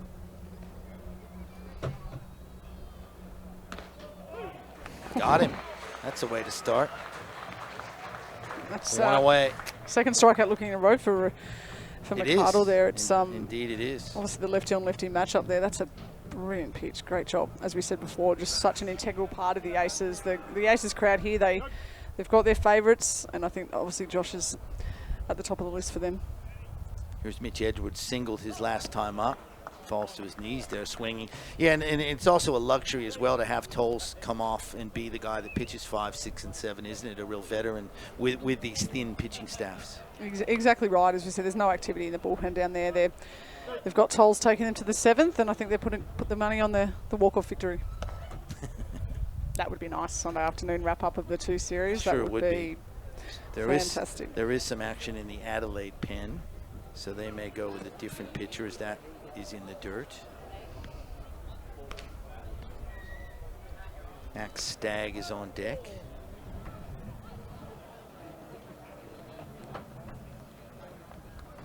Oh, another broken bat. Dale's going to make that play. Was he distracted? Not this time. Makes the play. 2 down. Wow, I think that's the 3rd or 4th broken bat we've seen, and the second quite explosion of a bat there, and it's quite ironic that, coincidence there that it's gone to Ryan Dale twice as we... Flashback. That one didn't go in the crowd. Daryl George got the souvenir that time. Oh, boy. Jack Berry getting ready, makes the play, the out. I think Sam Street may be the Adelaide pitcher warming up, Amy, so we will see as Max Stagg steps in, singled and scored in the 4th inning. Yeah, Sam Street spent some time in Victoria playing well, so interesting he's on the Giants roster, and Tolles is originally from South Australia and he's on the Aces roster. That's hit into center field. Max Stagg just continuing to impress. 2nd hit of the night for the youngster. It started out, I was the big Darcy Barry fanboy, but I'm quickly switching to Max Stagg. It was been so good. We're all aboard the Barry train in that first series. I still am. It's been hard not to. Stagg has been really impressive as well. Really has done things at the plate and in the field. Well, here's Liam Bull. Yeah, Stagg, Bull, and Barry. It sounds like a country and western trio from the 70s. I love it. We can make I reckon we can make up some baseballers and T-shirts for that if I was in the Giants marketing department. I like it. That misses outside. I'll tell you what, these kids on both sides are marketable. You know, they're fun to watch. A couple years be great to see what happens. You know, go off to school, come back, those sorts of things. Can be fascinating to watch. Oh, fouled into the net right above the Aces dugout. John Diebel makes a snag. Want some praise from the crowd. Come on, John. On your Deebs. Jeez.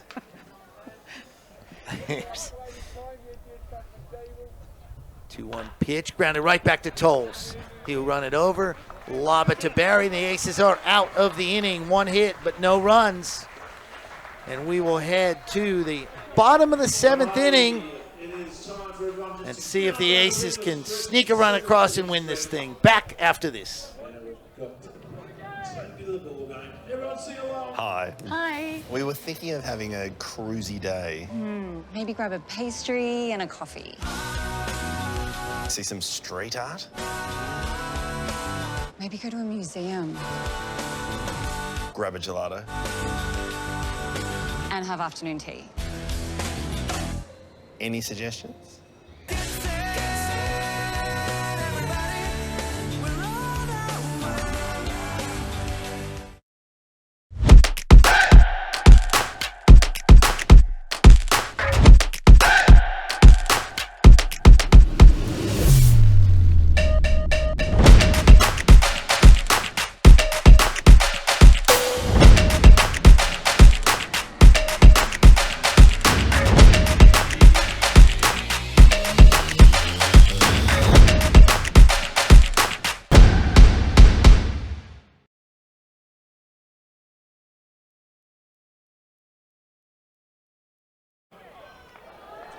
Welcome back, bottom of the 7, final inning here, unless something doesn't happen. And Sam Street will be the pitcher. Sam Street spent a number of years here with the Aces, 4 years with the Aces, in fact, 1 year in Canberra before moving to the Giants.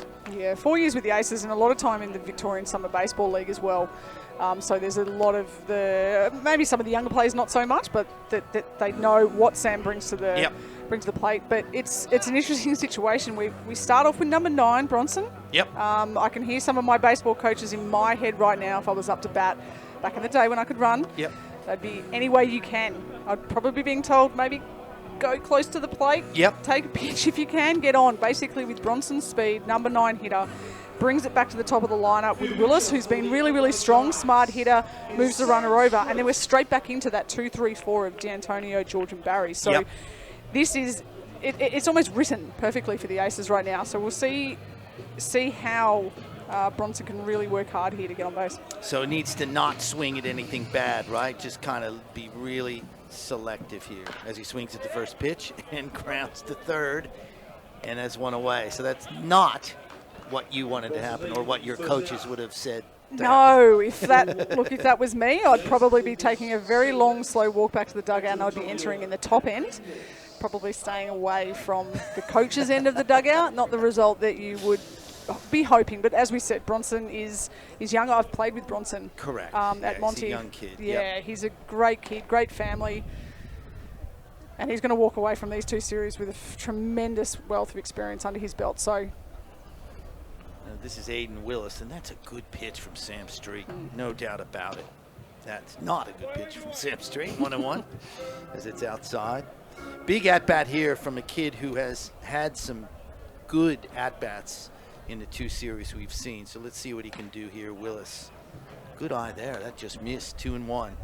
So Willis is now sort of in the same situation, isn't he? You want him to get on and then let one of those, D'Antonio or George, be the man. Has to swing at that off his foot. That hurts. Yeah, look, he's obviously 1 out. None out is better than 1 out, obviously. Yep. As we see, he's just going to walk that one off, and it's never fun when you foul the ball anywhere. No. When you're batting. But he would know as well, Willis. I know he's young, but he would know that the people behind him coming up, he knows their experience and how smart they are. So, again, all his focus right now is how does he get on? Fouled back, stays alive, almost sneaks through the net here for a souvenir, but rolls back onto the playing surface where it's picked up by Trent D'Antonio. So here we go again, 2-2. Big at-bat for the youngster, Aiden Willis. He's hit that into left center. I don't think it's going to drop. No, Partington over and makes the catch. 2 away. I know I've been Team Partington these 2 series, but right now I'm not. No, I am. He's been good. We watch his replay. You just good. any time that you give him up in the air, he can run it down. He's been fantastic in centre field. So Yep. I tip my cap, but Yeah, if you're an Aces fan, you don't like to see it. From the No. Henley and Grange Club, we saw a gentleman in the crowd with a shirt. So we've got some fans over from Adelaide as Trent D'Antonio steps in now. 2 outs. Bottom of 7th, to 7-inning game. We assume there will be extra innings, but we haven't been told anything, so just bear with us. We'll see what happens. yeah, we spoke about South Australia and the great things they're doing with the baseball. I can see General Manager of Baseball South Australia, Sarah Kelly, sitting in front, who I had good chats with on Friday night about. Swing Ooh, and big miss, swing D'Antonio. there. Big swing. He was Trying to end the game there, wasn't he? Yes, he was, and I was. think we would all love to see that. Swung so hard his elbow pad came off. Well, he did it last night. Well, given the amount of broken bats we've seen already this game, could we have like a natural end here? Like we home run, broken bat, hits the scoreboard, Lights go scoreboard. explode. I like it. That's a really good pitch. Strike 2.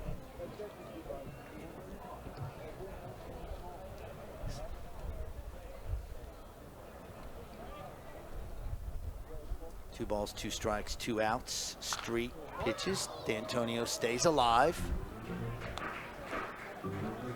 Darryl George is on deck. As I said, this was a shortened game to 7 innings. This is the bottom of the 7th, so if the Aces are tied, we'll just stick around. We'll go through it with you. We'll see what happens. You can come along for the ride as we figure out whether we go to another inning. This is outside, 3-2. Maybe it'll be a rock, paper, scissors or something. Dance off. I don't know. Dance off. Maybe I like Josh that. Spence versus Pete Moylan. Just get the coaches involved. That I'd like to see. That brings the crowds back to baseball. As long as Deebs doesn't have to dance. I don't know if I want to see that. They can do the worm. 3 balls, 2 strikes, 2 outs. Big pitch. Stays alive, D'Antonio, the veteran, chipping away. It's just, we were saying off air, it's just running in baseball. You just want a result. Yeah. You can't, ties don't work for me in Yeah. baseball. You just, you grind, you toil, you need something. Interesting to see what the players think, to be honest. Got him on a call, 3rd strike. D'Antonio thought he had the walk, doesn't get the call. No, look for No now. runs, no hits. We are tied, and we're going to stick around and see what happens. Yeah. I'm not sure what. There, the Aces taking the field. There's that pitch. Boy, that that's looked outside to me. Looked outside. I mean, obviously we don't have as good No, a we view as the don't. home plate umpire, but not sure what's happening here. I'm really hoping we've got some. No, it looks like we might be calling it. Obviously, we knew it was 7 innings. We were hoping we might see Yeah. home run derby, but yeah, 4-4 tie. I think that's, look, I know, as you said, you want a result, but the pitchers were limited. You don't want to injure anybody. It's an exhibition series as much as we wanted to turn it into a Melbourne Challenge, best of 7, etc. In many ways, this is probably the fairest result, the way both teams have come together. Exactly right. I think the crowd knows, the people here listening to us at home, they know that this is not for competition points. It's still, it's bragging rights, it's experience and things like that. And we can see Genevieve Beacom here, who made history 2 weeks ago. I know we would all love to see her out on the mound, but when you've got people like Peter Moylan, Graham Lloyd, Josh Spence in charge, Correct. They're making decisions. They are some of the most skilled coaches going around, and they're making these decisions for a reason. And the Aces, as we can see, thanking the crowd. I don't think we'd love to see a result, but we've seen some great baseball. Imagine if someone gets hurt in essentially a meaningless series. It's just not worth it. Doesn't make sense. We've seen some great baseball. We've seen some really amazing plays. We've seen some veterans deliver. We've seen some youngsters shine on the big stage for the first time. So it's been an absolute treat, as we've said, to actually have baseball. We didn't think we were going to have it. We got 6 games here at the ballpark, some good crowds. So you have to call it a win, even though this thing ends in a 4-4 tie, which I don't think I've ever called a tie before in all my years of calling baseball. I certainly haven't. Just want to thank, obviously, the Melbourne Aces, Brett Ralph, Justin Huber, Melissa Orr, everyone who made it possible, the city of Melbourne, state of Victoria, the Adelaide Giants, the Melbourne Aces players and Giants players, all the fans who came out. Rob Novotny, who did a great job. Love working with him. Amy McCann, really a pleasure. As I said, we've known each other via Twitter in our love for baseball, but we never really connected on a personal level. But I've really enjoyed it. I've really enjoyed your insights and what you've been able to bring to it. And, of course, being part of that great moment with Genevieve Beacom. That's something I'll remember as part of my broadcasting career. It was so much fun. Yeah, thank you very much for having me, and it's been absolutely fantastic. The opportunities that we've had in here, and the fans and the players have had. And as you said, that moment of Genevieve Beacom 2 weeks ago made headlines around the world, and we will be stronger. Victorian and Australian baseball will be stronger from all these endless teenagers that we saw that had this opportunity in front of fantastic crowds in the sun at night. And when we see the ABL playing for competition points next season, we know that the sport's only going to be stronger for it. Absolutely right. Also, big thanks to Andrew McLeish and all the crew at Sportscast Australia. They've been great. They make our job very, very easy, always trying to experiment with new ideas and new things to make this broadcast better. And I'm sure we'll be back next year with them as well. Don't forget melbourneaces.com.au. Go there, get your information. You can see some chats, learn about the players, get a membership for next season. Get a Genevieve Beacom number 44. Absolutely right. Hottest jersey in Melbourne at the moment. Got to do that. My name is Ed Wyatt. Thank you very much for being with us. Thank you for supporting the Aces and supporting Australian baseball. And hopefully, I think it'll happen. We will see you early next year for another great season of ABL baseball. Thanks for watching, everybody. Good afternoon.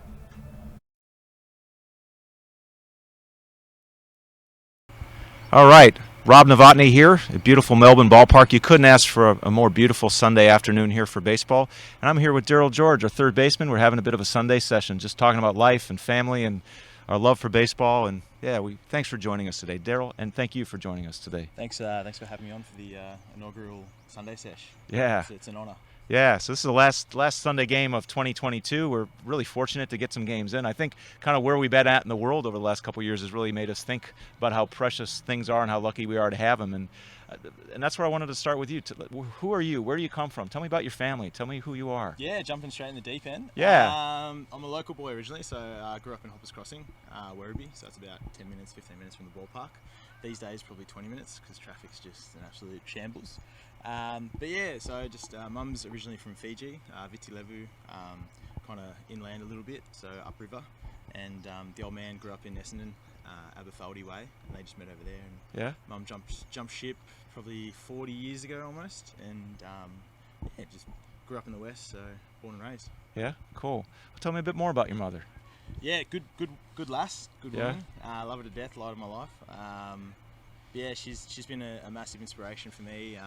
I guess as you get older, you kind of recognise a lot more things, and you take a lot more lessons from your parents. But mum's just been awesome, always positive, like the resiliency she's got. You know, coming over here, speaking a different language, all that sort of stuff, by herself, and kind of making her way through life. It's been awesome. So she's always positive, always bright, and super encouraging. So it's really lucky, really lucky. And from what we were having a bit of a chat last night after the game, and just you say the way she just encourages you, just you can do things. She empowers you. Yeah, she's got no clue. Like I remember growing up, she was like, "Yeah, just go get a job at the hospital and work your way up to become a doctor."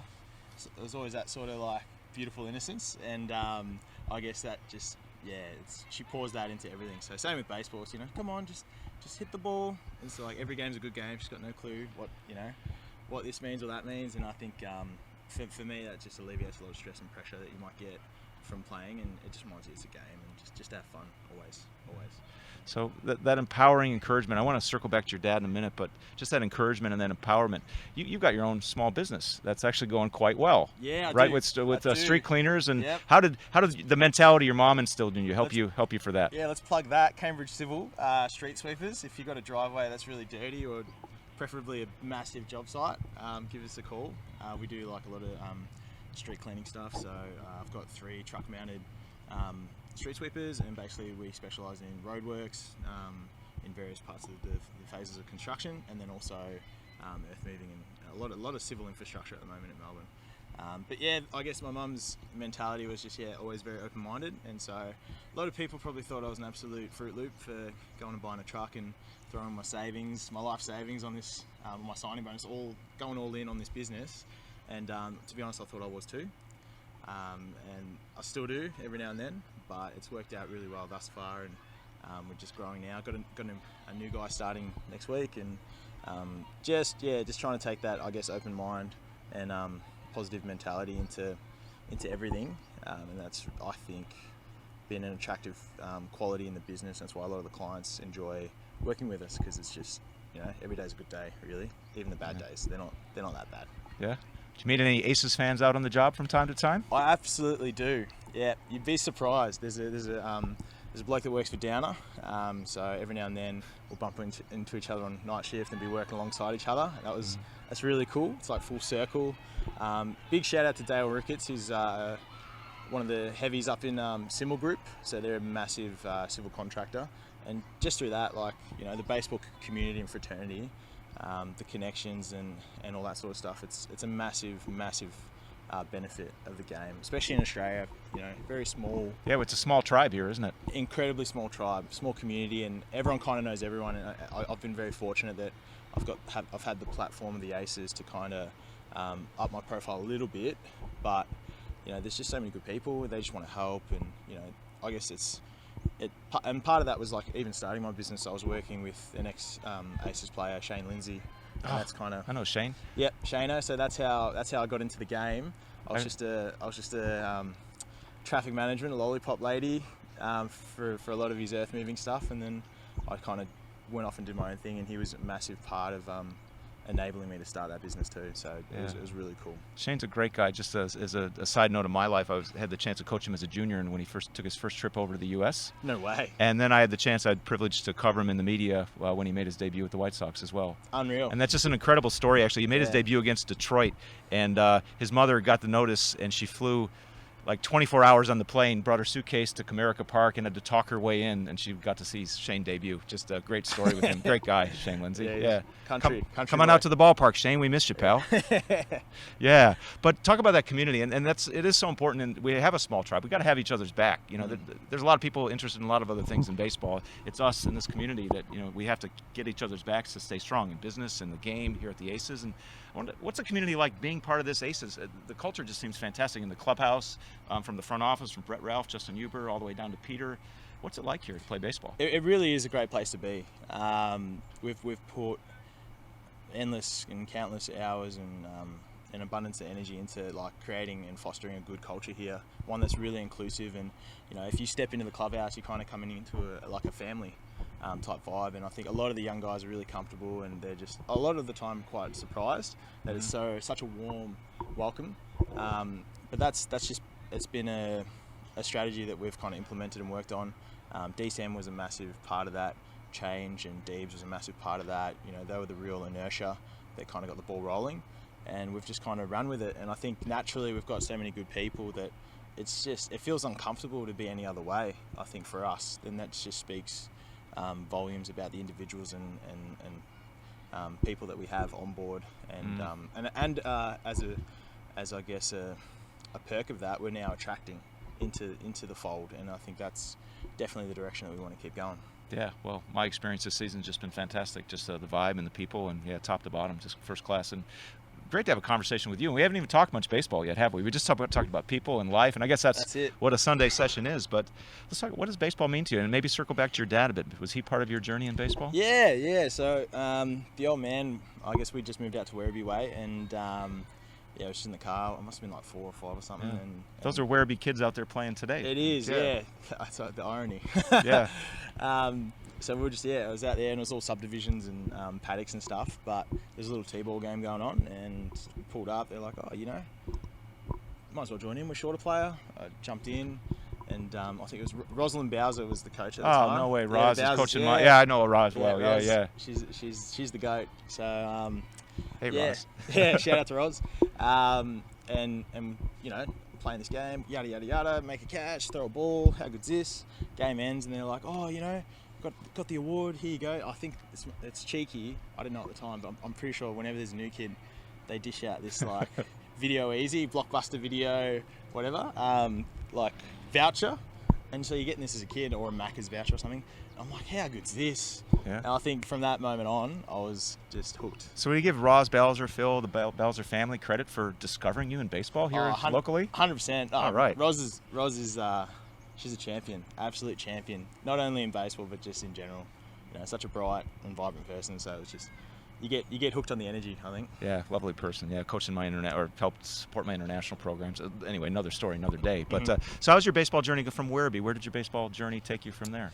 Basically, just playing locally. I guess we worked our way up. We were always an underrated club, incredibly underrated, and a lot of underdogs, a lot of unknown kids. I think we would get to the state championship every year, and we'd have like 3 girls, a couple of kids that were probably waist high compared to all the other kids, and we would still rock it, and I'm pretty sure we even won it one year, so it was just really cool to see. So growing up there, and then obviously making some state teams, being part of the Victorian Institute of Sport was massive, a massive part of the development, and I was fortunate enough to circle back to that once they ended the program, and I managed to get on as an individual scholarship holder, and that was it's phenomenal, man. I really do hope the government do get around it, and the VIS do kind of restart that program again, because there's a lot of really good players that came out of it. Well, the Victorian government, City of Melbourne, it makes a difference. Like, they've sponsored this series. That's why we've had these 2 series, and we've had a chance to let these young guys play. We've had a chance to come together and celebrate as a community because of City of Melbourne and Victoria. It makes a difference, that help in sport, and it did for you in your career. And ultimately, that took you internationally. Absolutely. So tell us about that as we start to wind down. Yeah, so I guess I was playing a lot of national champs and all that sort of stuff, and then getting a gig with on the national junior team, and we used to have an MLB academy up in Queensland as well, which was phenomenal. 8 weeks, you're living it up. Baseball's the priority, and then you basically do 2 hours of school and you just smash out your schoolwork, but it's an 8-hour baseball day, so it was awesome. But I was lucky enough to get picked up by the Tampa Bay Rays out of that. Who signed you? John Gilmore. So he was an international scout. He's a genius. I'm pretty sure he used to work for NASA or something. He's a genius. But he's also a great human, and he always had a lot of time for me and stuff. So he signed me up, and I shipped off when I was 18, just after graduating high school. And I guess that was the start of my pro career. And then when I got there, the laptop didn't work, the phone didn't work, didn't have any Wi-Fi, so my parents didn't hear from me for 3 weeks. They didn't even know if I made it or not. So I remember calling Mum from a gas station on a payphone, and she was just like in tears. She's like, "Is that you? Oh my God." They called up the head of baseball operations for the Rays, and were like, is Daryl all right? Like, your parents are calling up, the baseball team, checking in on their son. It was a bit embarrassing, but from there, kind of kept playing. Got a couple accolades with the Rays, but unfortunately just had a lot of injuries, and that kind of hindered my development a lot, and I think I didn't get to show and put my best foot forward with them. So I got released, came home, went to uni for 6 months. I was like, this sucks. I was working out every day with Shansky on the baseball field. We were taking BP every day for about 3 months. So Shan has been an incredible part of my career. The self-sacrificing nature is just unbelievable, and I wouldn't be able to do the things I do without him. So it's shout out to Shansky and just the organization as a whole. That's and just, and so you found that place to blossom as a player, even if it didn't work out the way you wanted overseas. You've been, things like the Aces have given you the chance to be fulfilled as a baseball player, it sounds like. Absolutely. And then through that, I was given an opportunity to go play in Japan, Japanese independent ball, which is pretty rough as guts. But grinded through it, had a blast, because I was like, man, I'm just happy to travel. I'm not at uni. How good's this? And got lucky and picked up a contract with the Oryx Buffaloes in the MPB, and that was a great part of my journey as well, and matured a lot as a person, and just Japan will tell you who you are. It'll teach you about who you are as a ball player and a person. Hard. Yeah, and I've had that too experience hard. too. Yeah. Oh, crazy. And I guess came back home, and then it was just working really, and training, and that's when I got the opportunity to play on the national team, and Dave Nielsen really got behind me and made sure that I felt comfortable and was worthy of the role, and I guess I've just tried to live up to that expectation from him, and it's been awesome. It's been awesome. Well, to me, what just watching you this weekend, just diving for balls, hustling, that you care, that you love the game, and for every one of us who plays through you and watches, that touches us. And that's why having this session is great, because there's a lot of fans who care about you because of the way you play, and they see the passion and the heart. And this is just a chance to share a bit of who you are, so they know what's beating inside that heart. You know what I mean? I just do it because I don't want Ryan Dale to be chirping at me in the dugout if I miss it. So there's a lot of pressure there, man. Because he cops a lot. So I don't want to give him an opening. Yeah, that's because you love it, man. I can see I can see in your eyes how much you love it, and I think you can at home too. And gosh, what a nice Sunday session to have with you, and glad to get to know you better. I'm sure everybody at home is really pleased to get an insight into one of their favorite players. Nah, it's been real, man. Yeah. It's been real. Have a good one, guys. All right, Daryl. Cool, Cheers, man. brother.